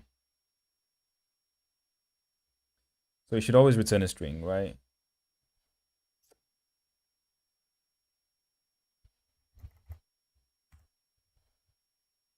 What is this supposed to be? Like, this is obviously going to fail. This is definitely going to fail. But what type should be string in Lua?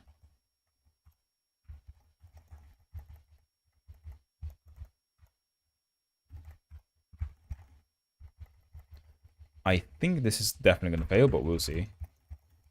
Because before the assumption was that every plugin was returning nothing much more than a string, right?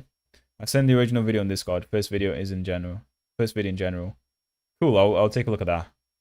Let me just go through this particular bit of code and then we can look over that.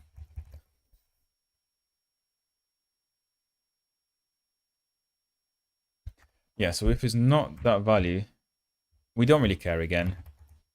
We are probably just going to return args in this case without modifying it.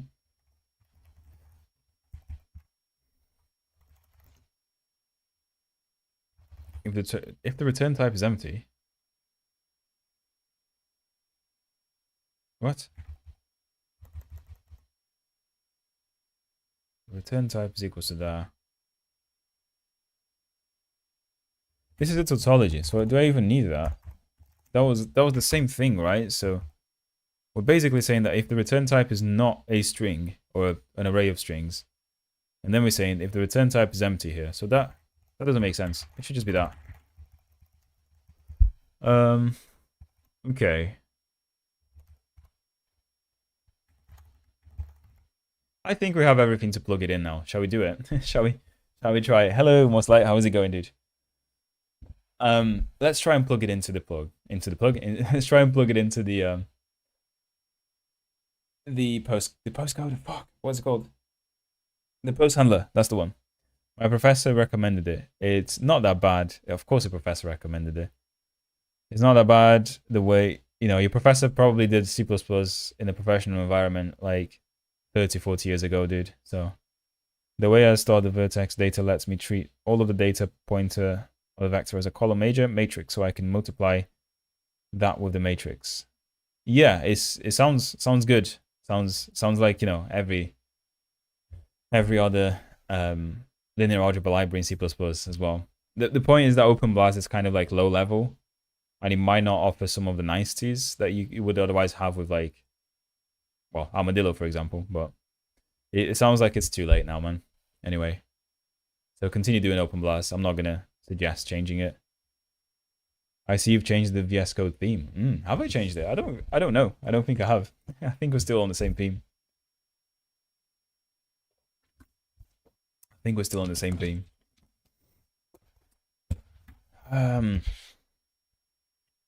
Okay. Yeah, I think this is good. Now let's see if we can replace.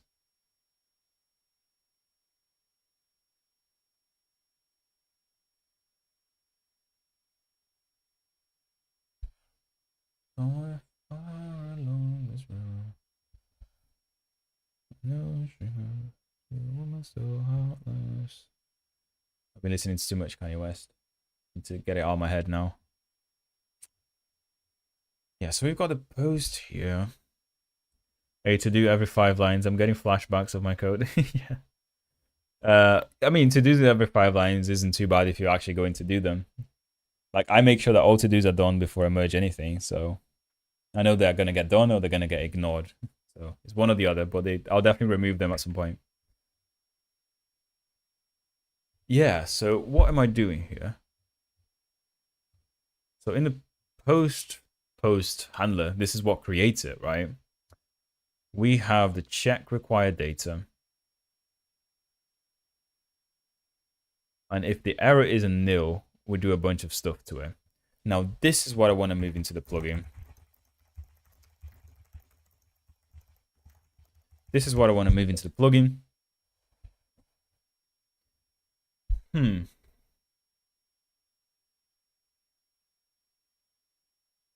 I have 4 long-standing to-dos in my project. I don't think any of them will be solved.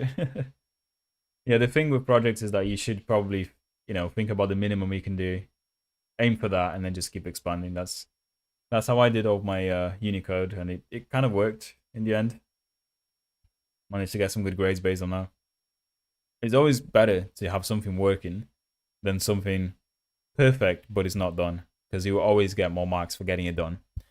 That is my my advice for you, not just to university but in life in general. Let's put it that way. Not just coding either, just in life in general.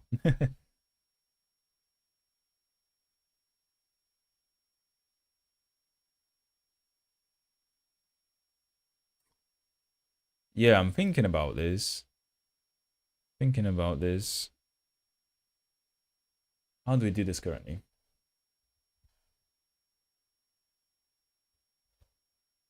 Yeah.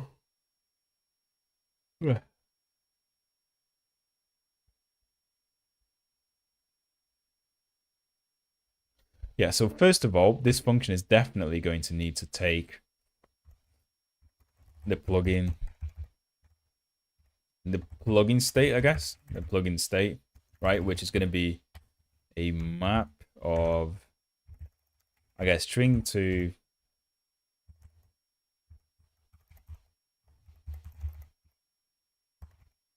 plugins dot hook. Is that correct? I think so. I think that might be it.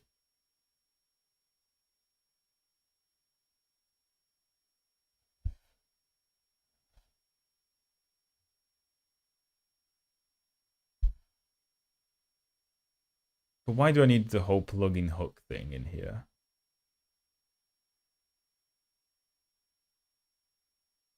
I just need one of them, right? I just need to know the plugin. The plugin hook is all I need to know here, right? I'm going to take that as a pointer as well. Huh. Or a reference. Wait, I have for long standing. Although with what I posted on Discord, I can probably improve the performance while getting rid of the to-dos. My last message is in the CPP channel. I will check that after this post too. I will check that after this stream, dude.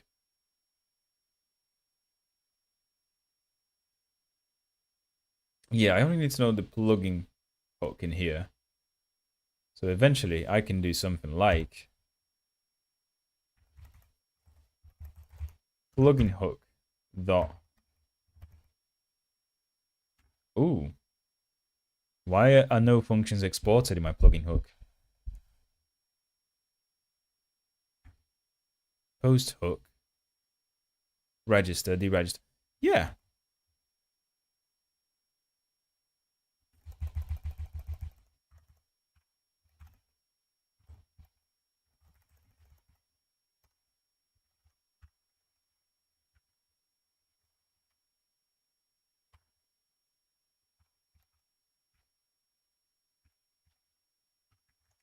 I think that's it. I do need to change something though. I need to change the hook. Because that's what it should be.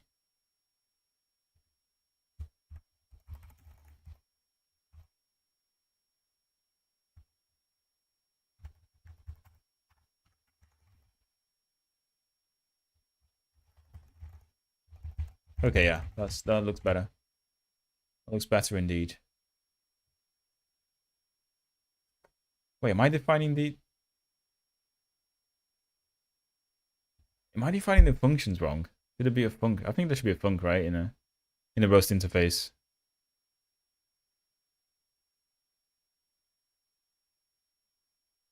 Yeah, let me look at that. I'm pretty sure there should be. Oh no, there shouldn't. There shouldn't apparently. The interface doesn't have the func in it. That's fine. Funky. Funky indeed.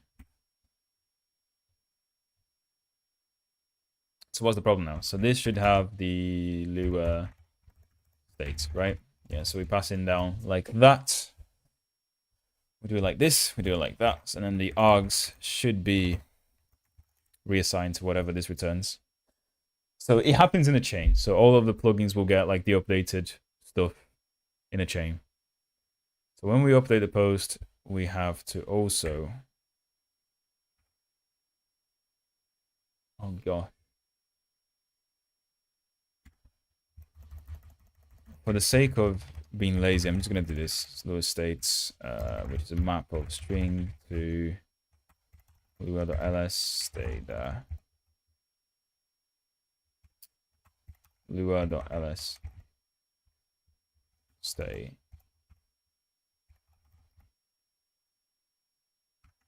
Okay.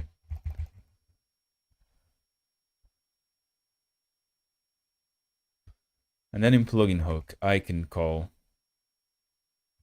Yeah, why is this not...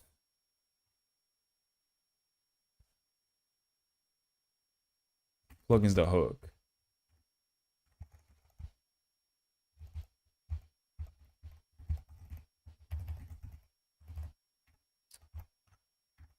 Why can't I see the there's stuff here. Add page, post handler.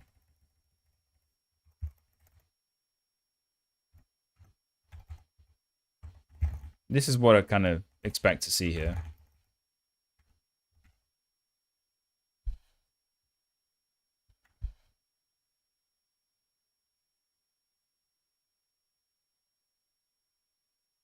Oh yeah, this should be a post hook, right? Yeah. Right? Yeah, there you go. Update post. Now it recognizes it, I guess. So common post. Post common post, right? Have I created a common post at the moment here? I don't think I have in this case. It's just an add post. So database.add post. I definitely just want to add the post after the whole thing, I guess.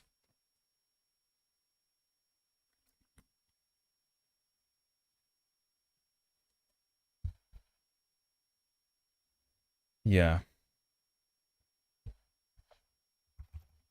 Let's just do that anyway. Title is going to be, what is it? Add post request, whatever the hell it is.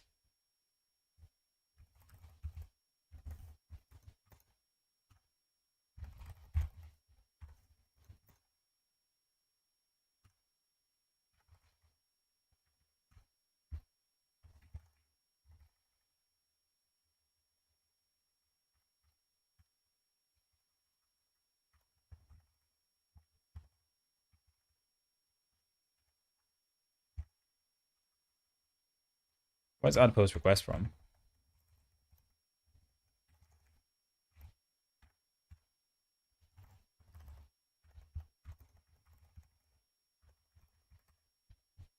It's from admin app. Oh, okay. So that is not a thing.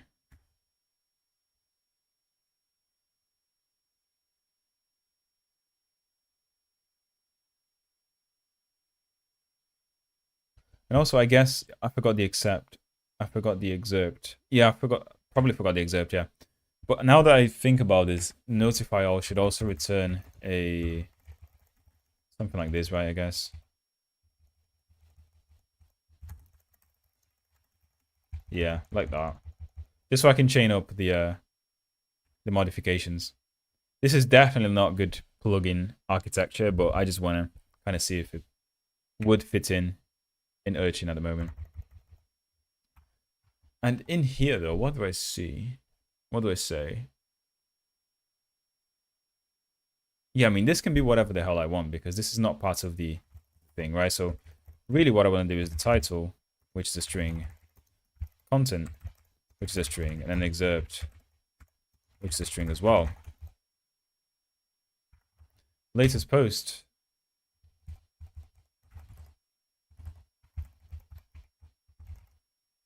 I can't have the post here because it requires an ID, and the ID is going to be invalid, right? So what I can do here instead, well, I can just leave it as a post, really, and the ID is -1, I guess.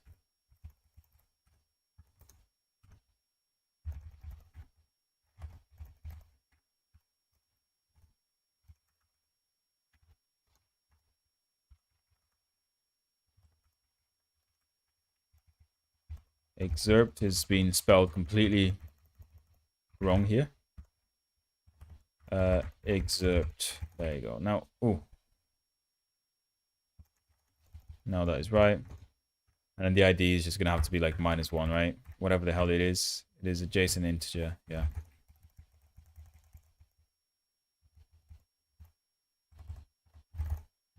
A notify all. Yeah, okay. That makes sense.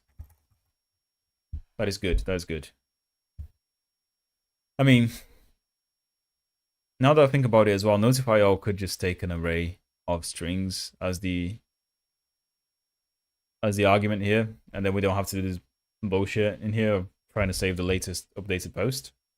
That could work as well, but I'm not going to modify that now, to be honest.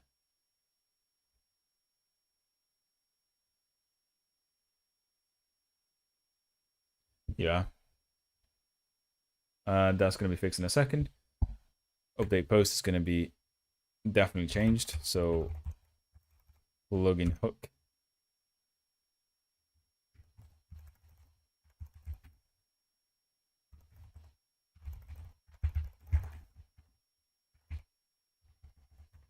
There you go, update post, and then we have the title, the add post request title, add post request content, add post request excerpt, and the Lua states, or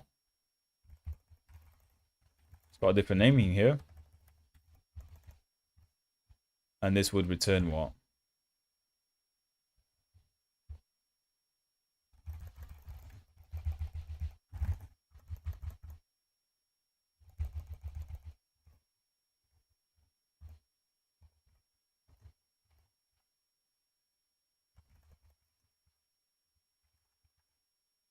This could return me the post, right? So I guess a comment.post somehow.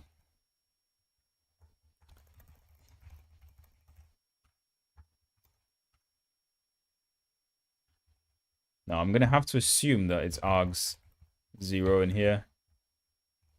I'm gonna have to assume that the other one is args.1 in here. I'm gonna have to assume that this is args2. And the ID, I don't know. It's gonna be minus, right? But it all does depend on whatever we're passing in here. So actually, the ID is the first one. So whatever is in the update, the ID should be the first one. 1, 2, 3. Okay, so the ID should be 1, 2, 3. And there you go. That's more like it. That's more like it. Because now we have this. We have this thing that says, I guess my post altered.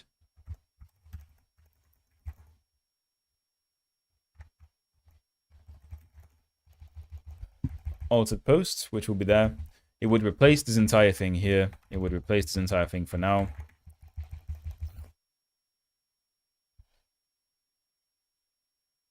And then in here we can do the altered post dot title. Ooh.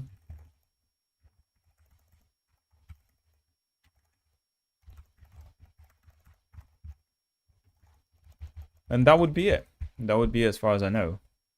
Obviously, we have to pass in more stuff in here. Like, well, that was right to begin with. But we do have to pass in the post hook, I guess, right? And this is where we can create the post hook. So post hook is going to be a plugin dot.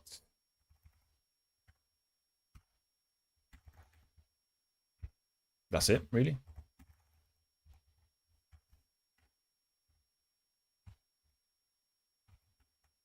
What's the issue here, though?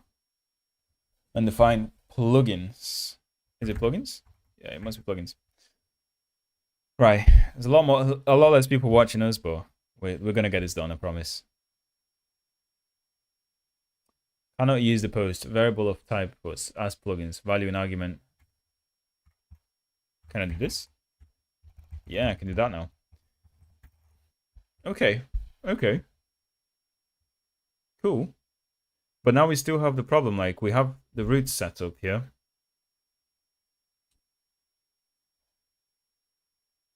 So ideally, right? Ideally, this is also going to take in the hooks for me, right? So the hooks,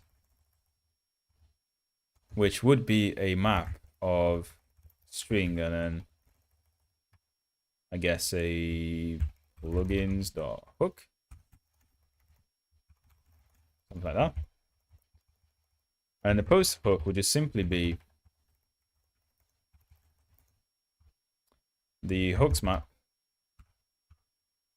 dot post or add post, right? That's what we want to do here. And we're going to assert that this is okay. So if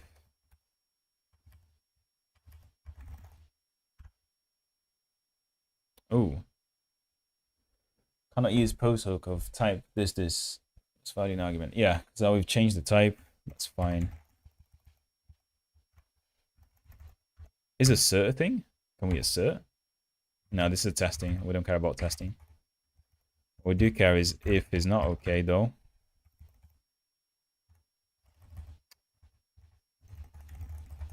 We want to log error.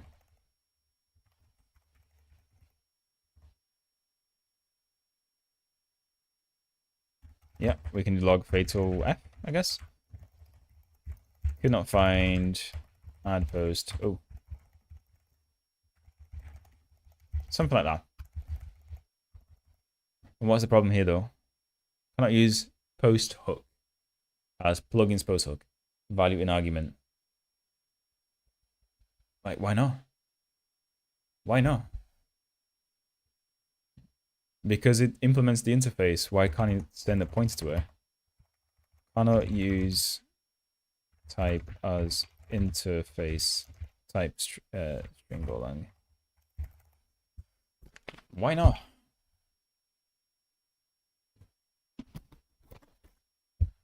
Oh, wait. Yeah, that makes sense. That makes sense. We need to kind of... Yeah, this is taking a post hook. But really what we need to do is like we need to, I guess, convert the interface to the concrete type, if it makes sense. So convert the pointer type so it interprets the right thing. So Golang convert interface pointer to struct. That's what we want to do.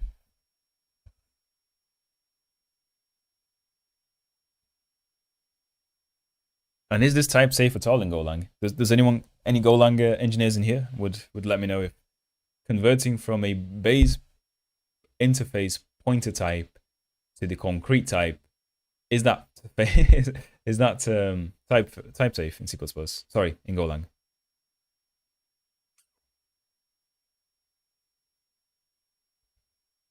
Wait, how do you do it? Is there actually no way of just getting the base or the derived pointer with dynamic dispatch or something?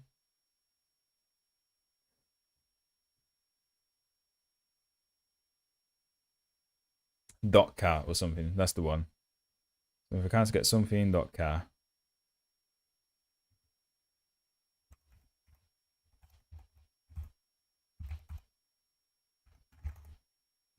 is that possible? Invalid operation. Post hook variable of type post hook is not an interface. What?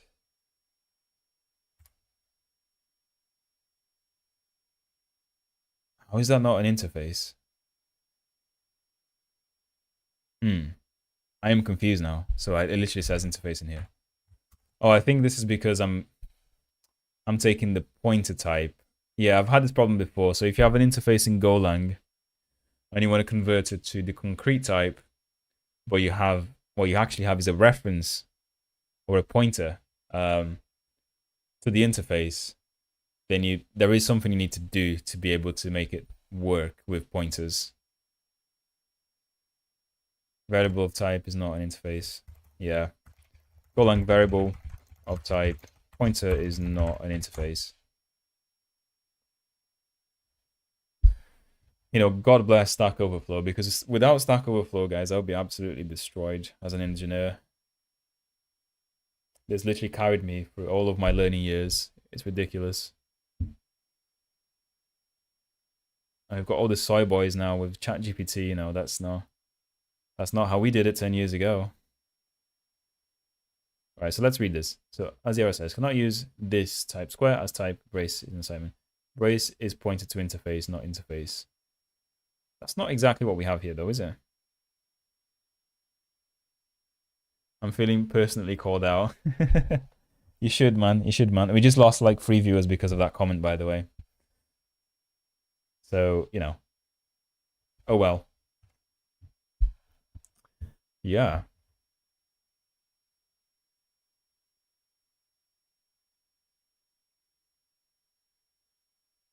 It's not an interface, but it is an interface. Even though I don't use ChatGPT that often. They're good. Good on you, man. Don't rely too much on that stuff. It makes you dumb.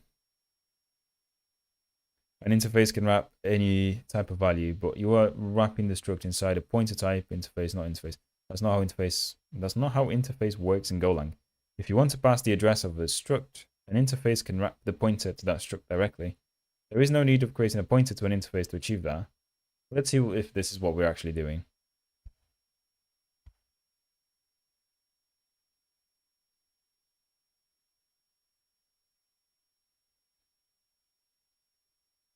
I am still confused. I don't get this guy's point.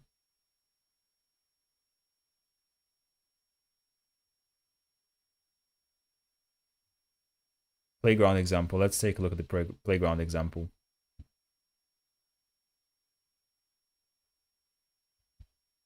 Yeah, no, this is not quite what we have.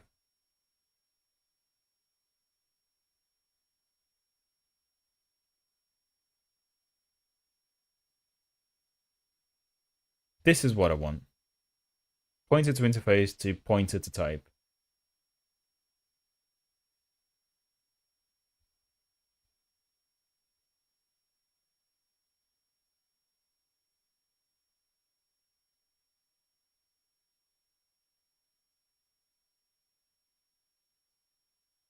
Finally got it. Let's see.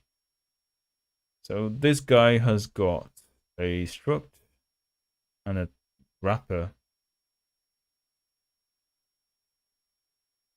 What? I've never seen the syntax in Golang before. Is this what generics is in Golang?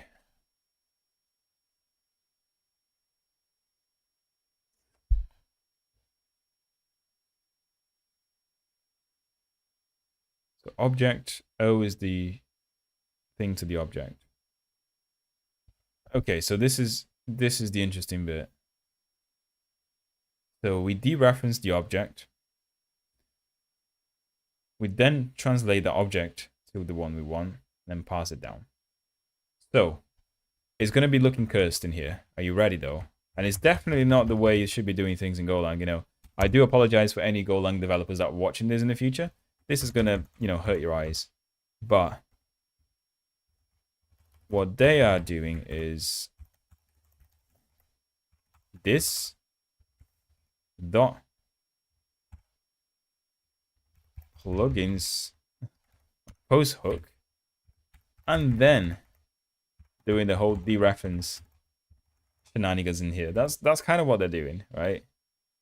Invalid. Cannot take the address of this. But this obviously doesn't work when I try it. Let's try again. So what they're doing is, I'm going to do a test variable in here. Post hook is a thing, right? If we dereference it, is it still a thing? It's still a thing. Okay. Sorry, this is not. This is still a thing. Right? Yep. And then what they're doing is this plugins dot post hook. So dereferencing it, getting the variable itself. And this is where it breaks. So plugins post hook does not implement post hook. Okay. Yeah, so now there is a difference between post hook and plugins hook. Something that we don't implement here. Method deregister has pointer receiver. Okay, so now it only doesn't work because the compiler tells us that we have implemented something incorrectly. And that is deregister, right? So if we look at hook here as pointer receiver, deregister has pointer receiver.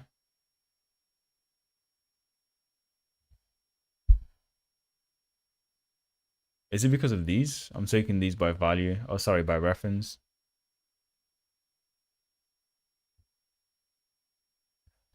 So do I have to say that on my interface as well? Golang interface pointer receiver.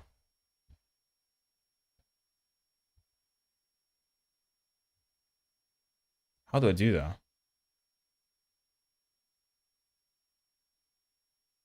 Get new value, whatever. You should have stuck with Java, Matt. Nothing can offend Java developers because every enterprise code base is successful. Yeah, I guess so. But you see what? Like I've done the same thing here with the databases in this application before. So let's, before like going through the deep web to find whatever I'm looking for, there's a quicker way, and the quicker way is to look at what I do with databases. So with databases, I've got this, which cool. And then on my database itself, okay.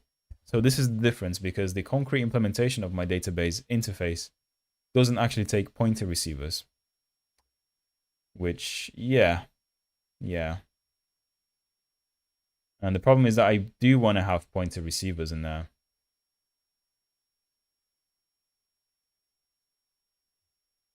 You should really post the exact code that doesn't work, but the only solution is foo implementing the interface, so you cannot put a foo into an interface value. While Go may elide the difference between a pointer and a value for the dot referencing, dereferencing operator, it does not for putting things into an interface. If you have var fm foo or field modifier, you need to either make foo the pointer with foo, or you need to take a pointer to the foo. Now let's see this. So foo struct modify.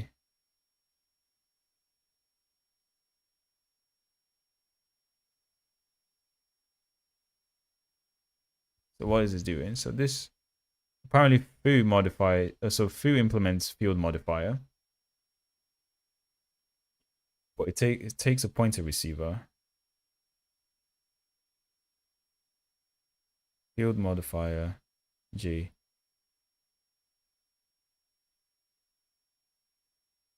So it modifies B. Wait, what? Pass in foo. What exactly doesn't work?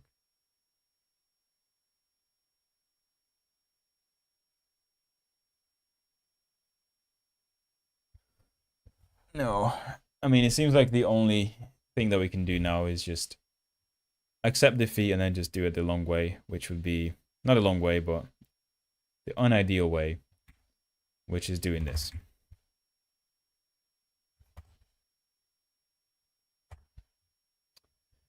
Well. Now this should work, right? Wrong type of method notify all. Right, so notify all Lua states is apparently wrong.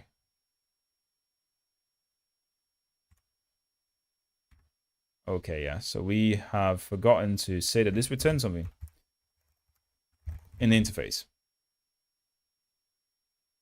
So register has pointer receiver. No, it doesn't. Post hook. Ah, there you go. It does. It does have pointer receiver. There you go. So that works now, which is a little bit better. And what is this taking? This is taking a pointer to post hook.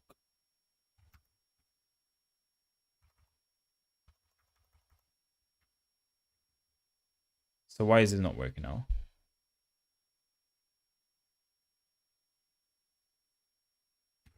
Let's start from 0, shall we? So remove this. What we want to do is to have the post hook here.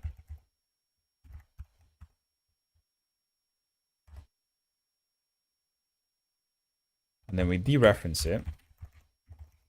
And at the same time, we're going to do plugins, post hook. And that works. Okay, good.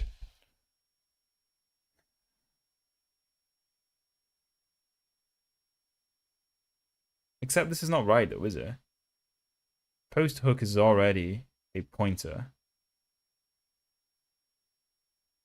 So what I wanted to do is this.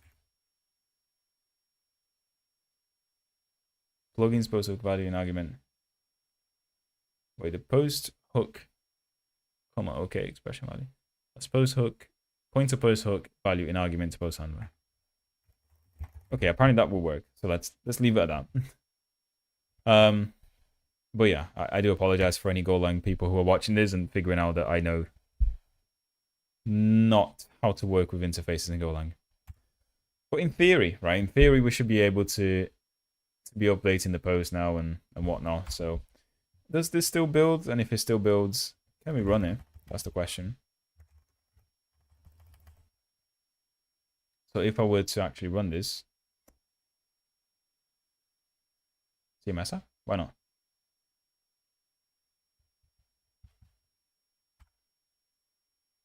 Could not run app. Listen, bind address already news. Ooh, why? Why is already running on 8080? Okay. Yeah, so what is already running on 8080? Let me figure it out.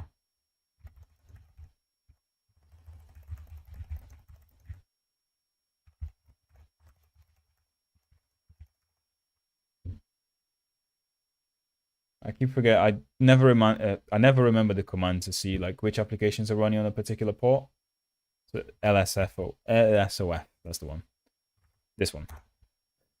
And there's nothing. Nothing. So what's the issue?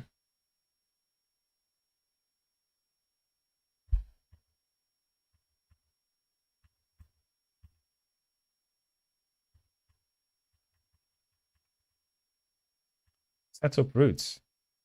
See, that works. But why?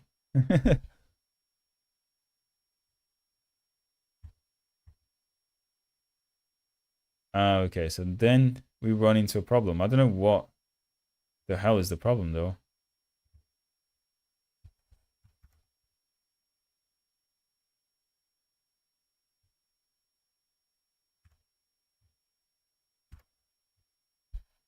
Why does it... There's nothing running on 8080. Let's just try and run it through Docker container, because I can't be bothered figuring out what's going on now. This is too late into the stream. I just want to see if this is working or not.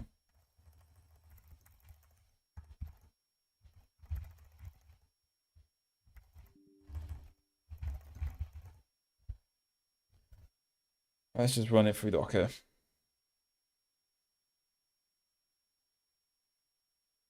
Bind should not define. Oh, am I binding everything? Let's hope not. Let's hope not.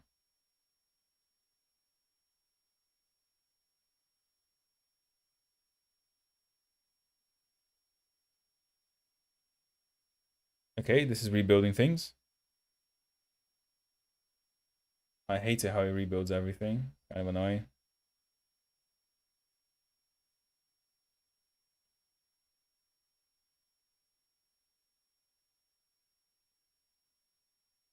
So I'm essentially building the same app twice because there's two containers.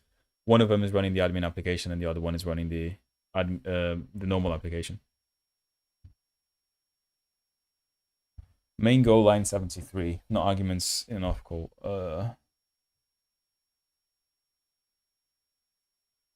Yeah, so there's another issue now, which is fine. And is this one here? Setup route should be taking something else. So the hooks map. Yeah. I am nearly giving up, but it's fine.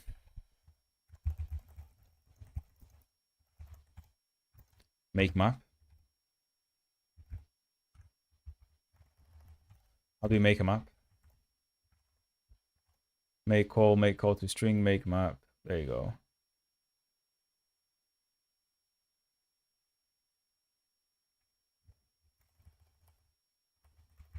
Oh, we don't want that anyway. So what we do want is a map of string here and then Lua. What, right? Lua dot what? Best state.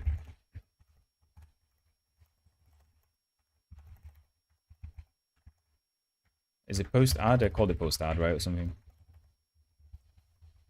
Shortcode handlers. What is that?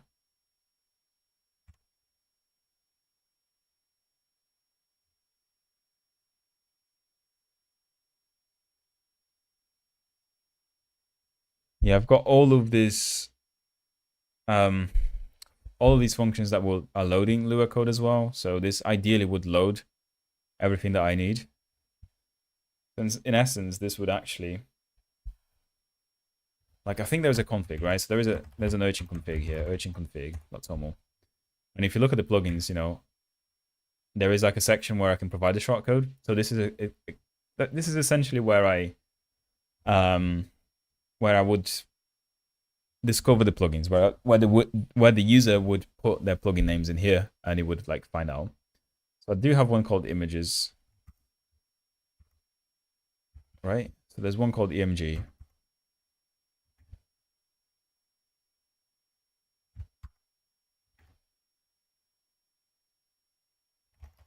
Yeah, I'm just gonna do something very cheeky.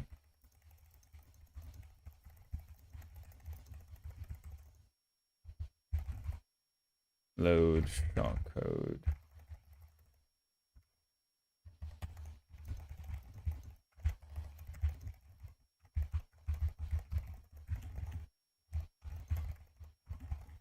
So that should probably just load all the plugins now.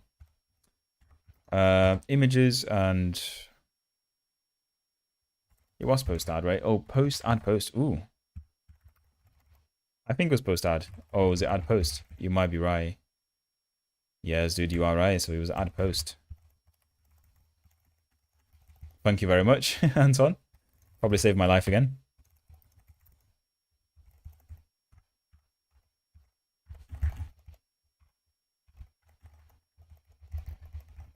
This is not going to work, but I just want to make sure that the plugin image gets called, right? So yeah.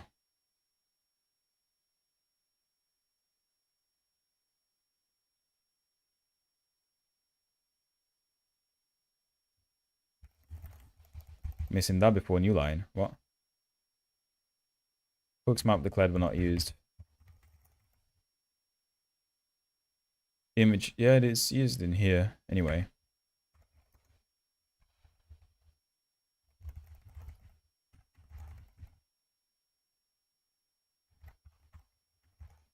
Is that what it is? What is it meant to be? What is this meant to be? Map of string to plugins hook. String to plugins hook.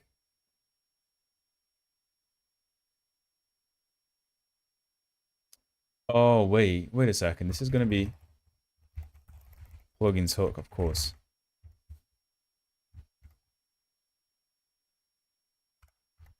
So this is supposed to be plugins dot post hook. Whatever the hell this takes, right?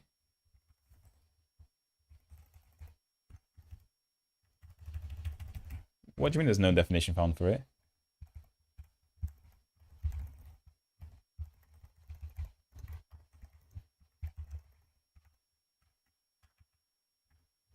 Now you found it. So it's supposed to have latest post and whatnot.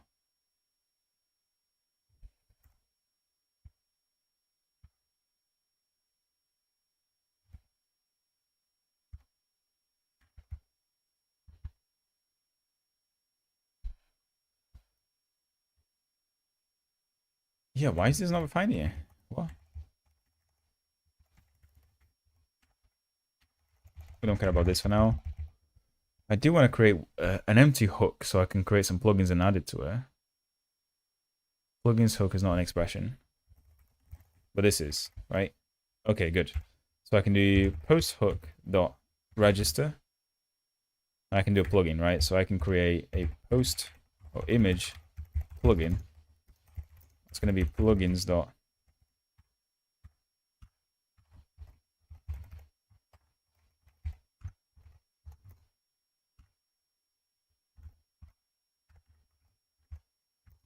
emg and then some ID, I guess. Emg plugin.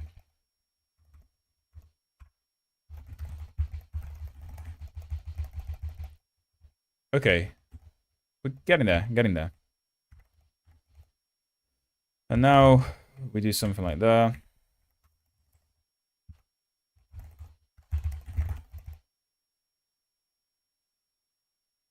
Do we do post hook in here? Why is this not working now? Missing key in the map literal. We're not though, are we? The key is right here.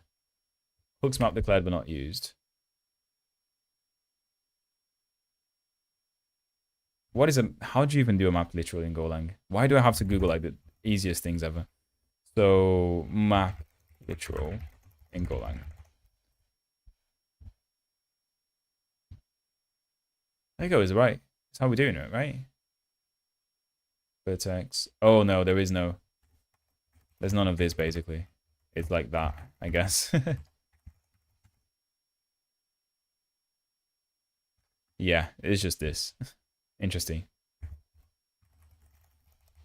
So I thought it was going to be more like an initializer list in C++, and I was wrong.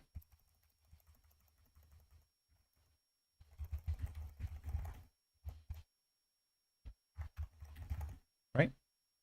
What's the issue here? Ah, there should be pointers to things. Oh gosh.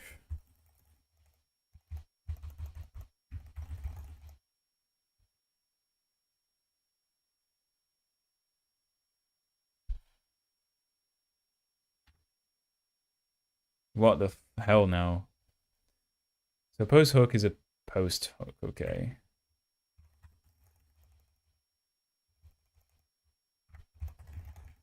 Does that work? Cannot use post hook, variable of type post hook, because post hook is a value in the map literal. Does not implement post hook. Plugins hook is a pointer to interface, not an interface. Interesting. We hit the same problem again. I'm going to keep it simple for now and then just remove that.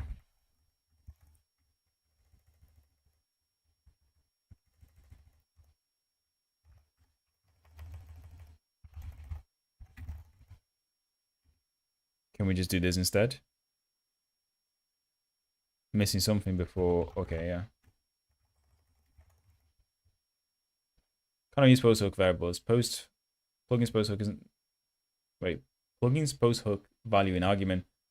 Post handler need type assertion. What? I am so.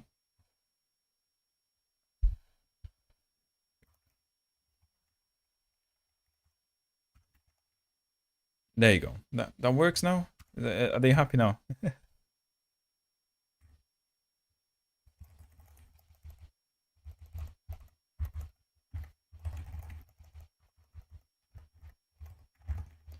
Okay, finally. But there's still things that will compile, the fail to compile, right? Maybe no, maybe no. Maybe we're going to get it working now.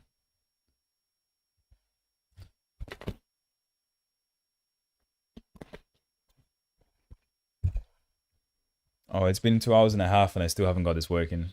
Sorry, guys. We'll get there at some point. Urchin user got an error reading communication packets. So it seems like we've also broken the Docker.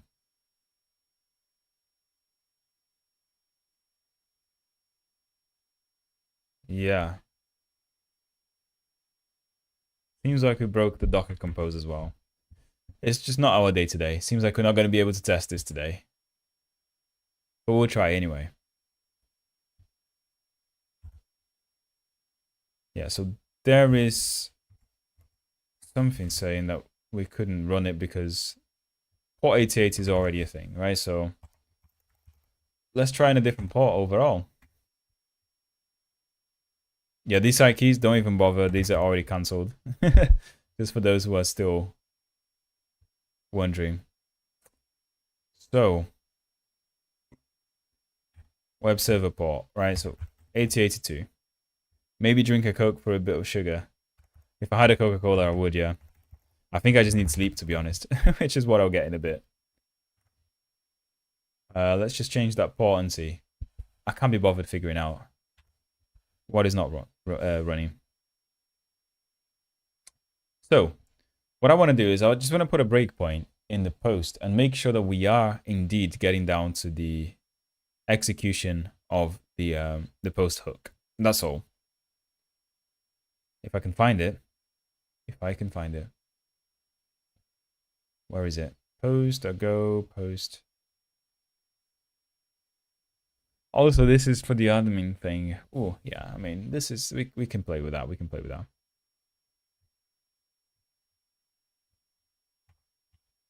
Why is this not playing though? Could not find in file. What? Wait.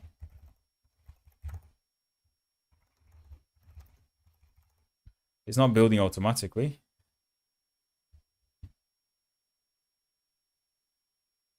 Let's run the admin app.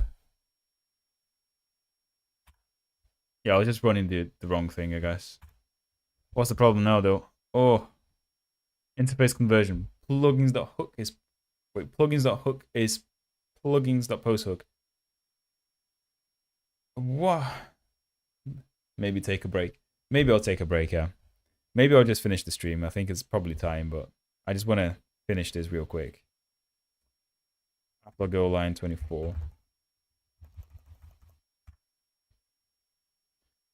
So in here, we have something that is not working.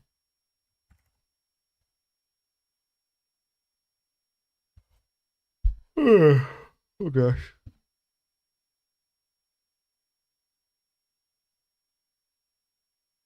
Yeah, like it had automatically converted this to me.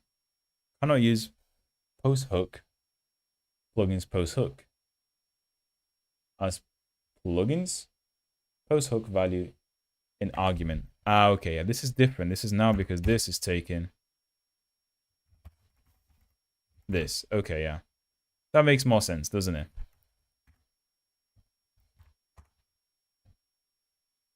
I don't think your brain is working correctly anymore.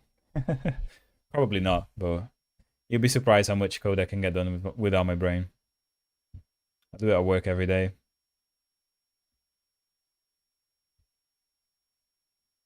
Take a look at the video I send off. I will do. I promise. Set up routes. Okay, yeah.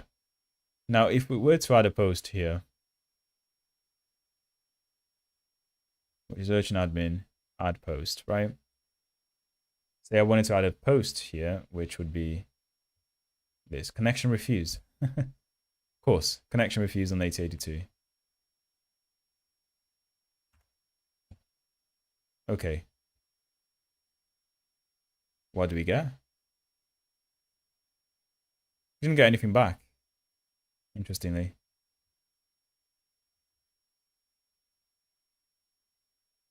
What?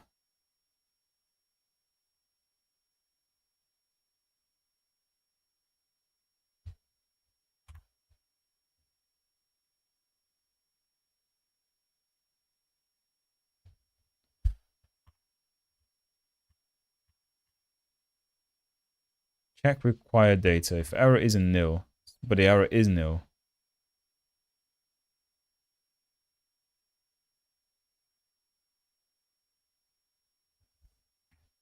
Ah, okay, yeah. There. What am I doing, guys? Come on. This should be here, and this should go. Basically. Of course my brain is not working. Look at this. Try that again, shall we? I'm going into here, adding a post, sending it. There you go. We got one. We got two now. Now, update post. Goes in. We get the latest post correctly set, right? Yeah. And then it notifies all.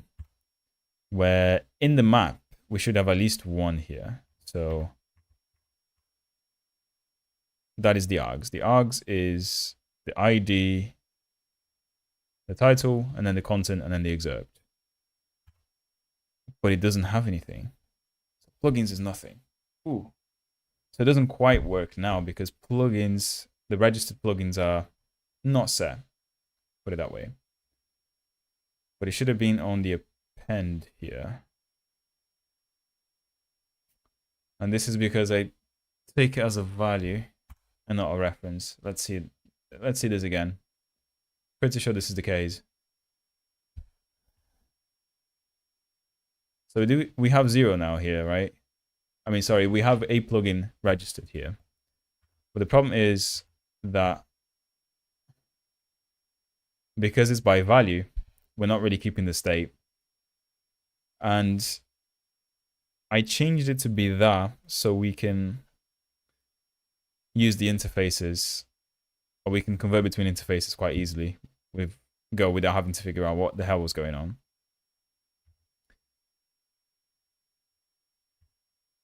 But that's the problem. As soon as you get now here, P doesn't really have the plugins anymore, you see? Because by value, it just throws away the data. So I need to figure out how to properly do this interface. Because obviously I don't know how interfaces work in Rust. Sorry, in Golang.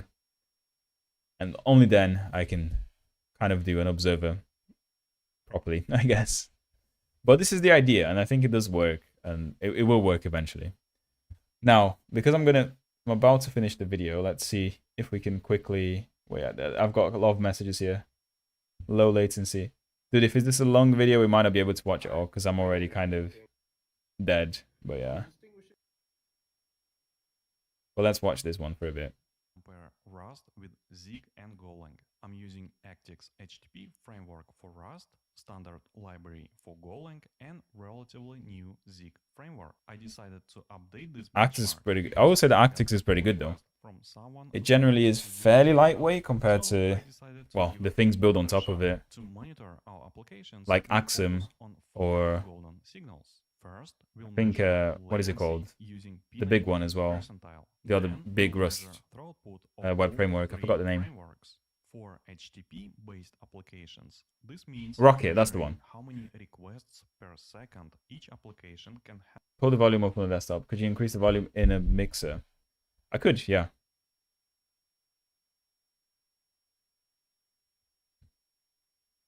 Right, so desktop, just increased it all over for you guys, so. Handle. Next, we'll measure saturation, or how full the service is. We'll monitor CPU usage relative to the limit defined in Kubernetes and memory There you go. usage. But in this case, I decided to use actual values. Since we run these tests in Kubernetes, we also need to measure CPU throttling. Finally, we'll measure errors or availability of the service. For HTTP service, this is the ratio of successful requests to the total number of requests. Test overview. I use production-ready Kubernetes cluster in AWS to run most of my... Now this is a good test though, because like when I've done a video like this before, where I compared a Rust web framework in the past, I can't remember which one it was. I think it was Rocket. Yeah, Rocket, like it tends, well, it used to be the most popular one anyway. To a C++1 O++, I did it on my machine, and that is clearly not the way you do, proper, I guess, real world end-to-end tests. So I already like the setup here. It's definitely something I can't do myself, like play with Kubernetes to set this up, but yeah. My benchmarks. This helps keep Anton. infrastructure as close as possible to real production environments. I use large EC2 instances to deploy applications and 4 extra large Graviton-based instances to run my clients. Graviton is IRM based and a little cheaper than AMD. For this specific test, how much do you reckon this guy spend? I mean, that is not that many machines, and if you only run it for like an hour, I don't know, that's probably like a good $5 or something. But yeah, I mean, it depends. If you run this for the entire night, then it could be like in the hundreds, I guess. 1, 2, 3, 4, 5, 6, 7. Well, these are different machines. The 4x large are the ones they're actually using to deploy the applications. Yeah, no, that's not that many machines. IRM based and a little cheaper than AMD. He runs it for 6 hours, maybe. Test, I created a single /API/devices endpoint that the client will use, and it returns a single hard-coded device to the client. It's a very simple test, but it gives you idea of the baseline performance of each application. Test. All right, let's start the test. I'm going to run all 3 applications for about 5 minutes without any load. This is a really good UI. This time, what is I he using? decided to Datadog show in here? actual What is it? memory usage in bytes.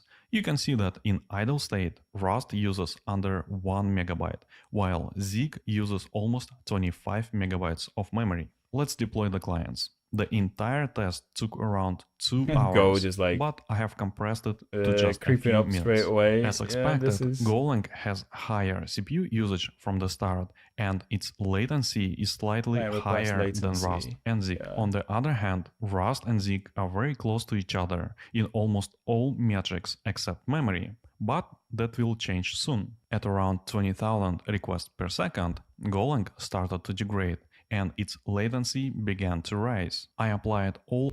Well, Golang actually has a lower memory usage profile here than Zig does, which is surprising to me, because I thought Go would definitely be the highest one. Well, because of garbage collection, right, I guess. So that might not be as efficient as what Rust and Zig does, which is just generally being more efficient with the lifetime of things.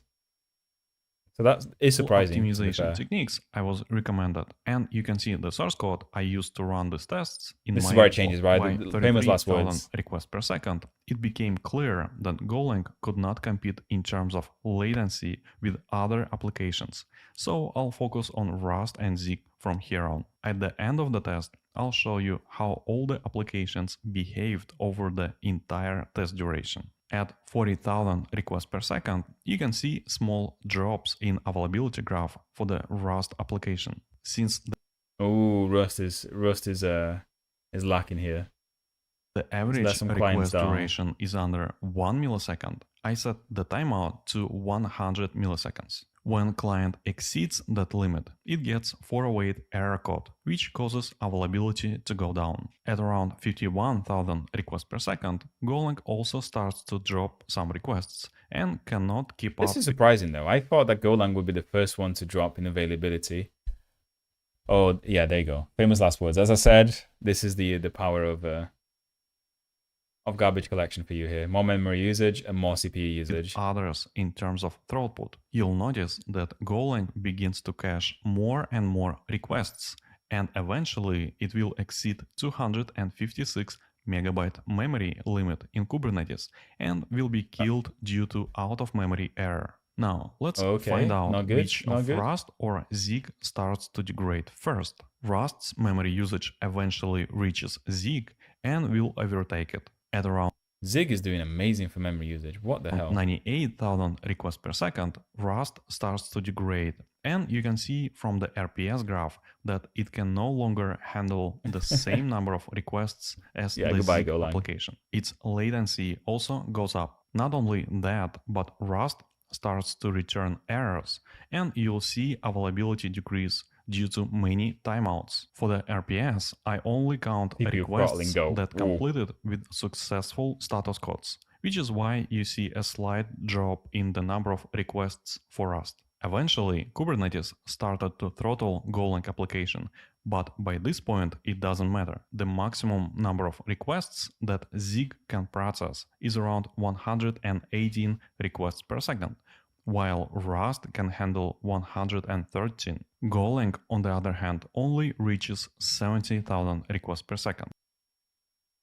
What? That is such a difference. That is such a difference. From 18,000 to 117. The 10 times for Zig right there, requests per second. I mean, pretty good to Zig, innit? But am I going to try Zig? Probably not still. Is he making me want to try Zig? A little bit, right? A little bit. I do wonder, this guy used the Go's standard library stuff, which is fine. But as far as I know, no one really develops a full-on like professional application with Go's standard library. So this guy has also comparisons as well. Yeah, that's pretty good. But what I'm wondering here is like, what if he uses Gin, or what is the other one that tends to be fairly way? So Golang web frameworks. There is Elixir or something. No, Elixir is a language. There was Gin, and there was another one that was even Echo. Supposed to be a bit lighter weight. So I do wonder if he can pick like a lighter weight implementation of a web framework than the standard library, and if that would make any difference. Because yeah, I mean, it seems like, you know, the libraries that he picked for Zig and Rust do perform so much better than the Golang one. And I do wonder if that's something that is attributed to Go being slower in general, or that these implementations that he picked are just better and they focus on, handling more requests per second than other things, right? Because it's a good test though. However, it's an amazing test. I do like it, but I also do wonder what would happen if Go was given a little bit of a boost there with a different framework. Yeah, this is much better than the test I would do. Anyway, I'm going to call a stream here, guys. I am extremely tired. It's nearly 11, and I woke up quite early today. But thank you all for joining. I will continue to work on this stuff. I'm not sure if I'm going to stream any more plugin stuff. Maybe I will once I get it done. But if you are interested in this work and if you're watching this in the future, I would recommend keeping an eye on the PR that we looked at today. So at the start of the video, you can see like a link to the PR. And keep a track of what's going on in there, because this is going to be like quite a lot of work and it's not something I'm going to be finishing one night. But yeah, I'm gonna kind of log out for the day. Thank you all for joining. Thank you, Anton. Thank you, GTX. And I'll see you guys next time. Bye-bye. See ya.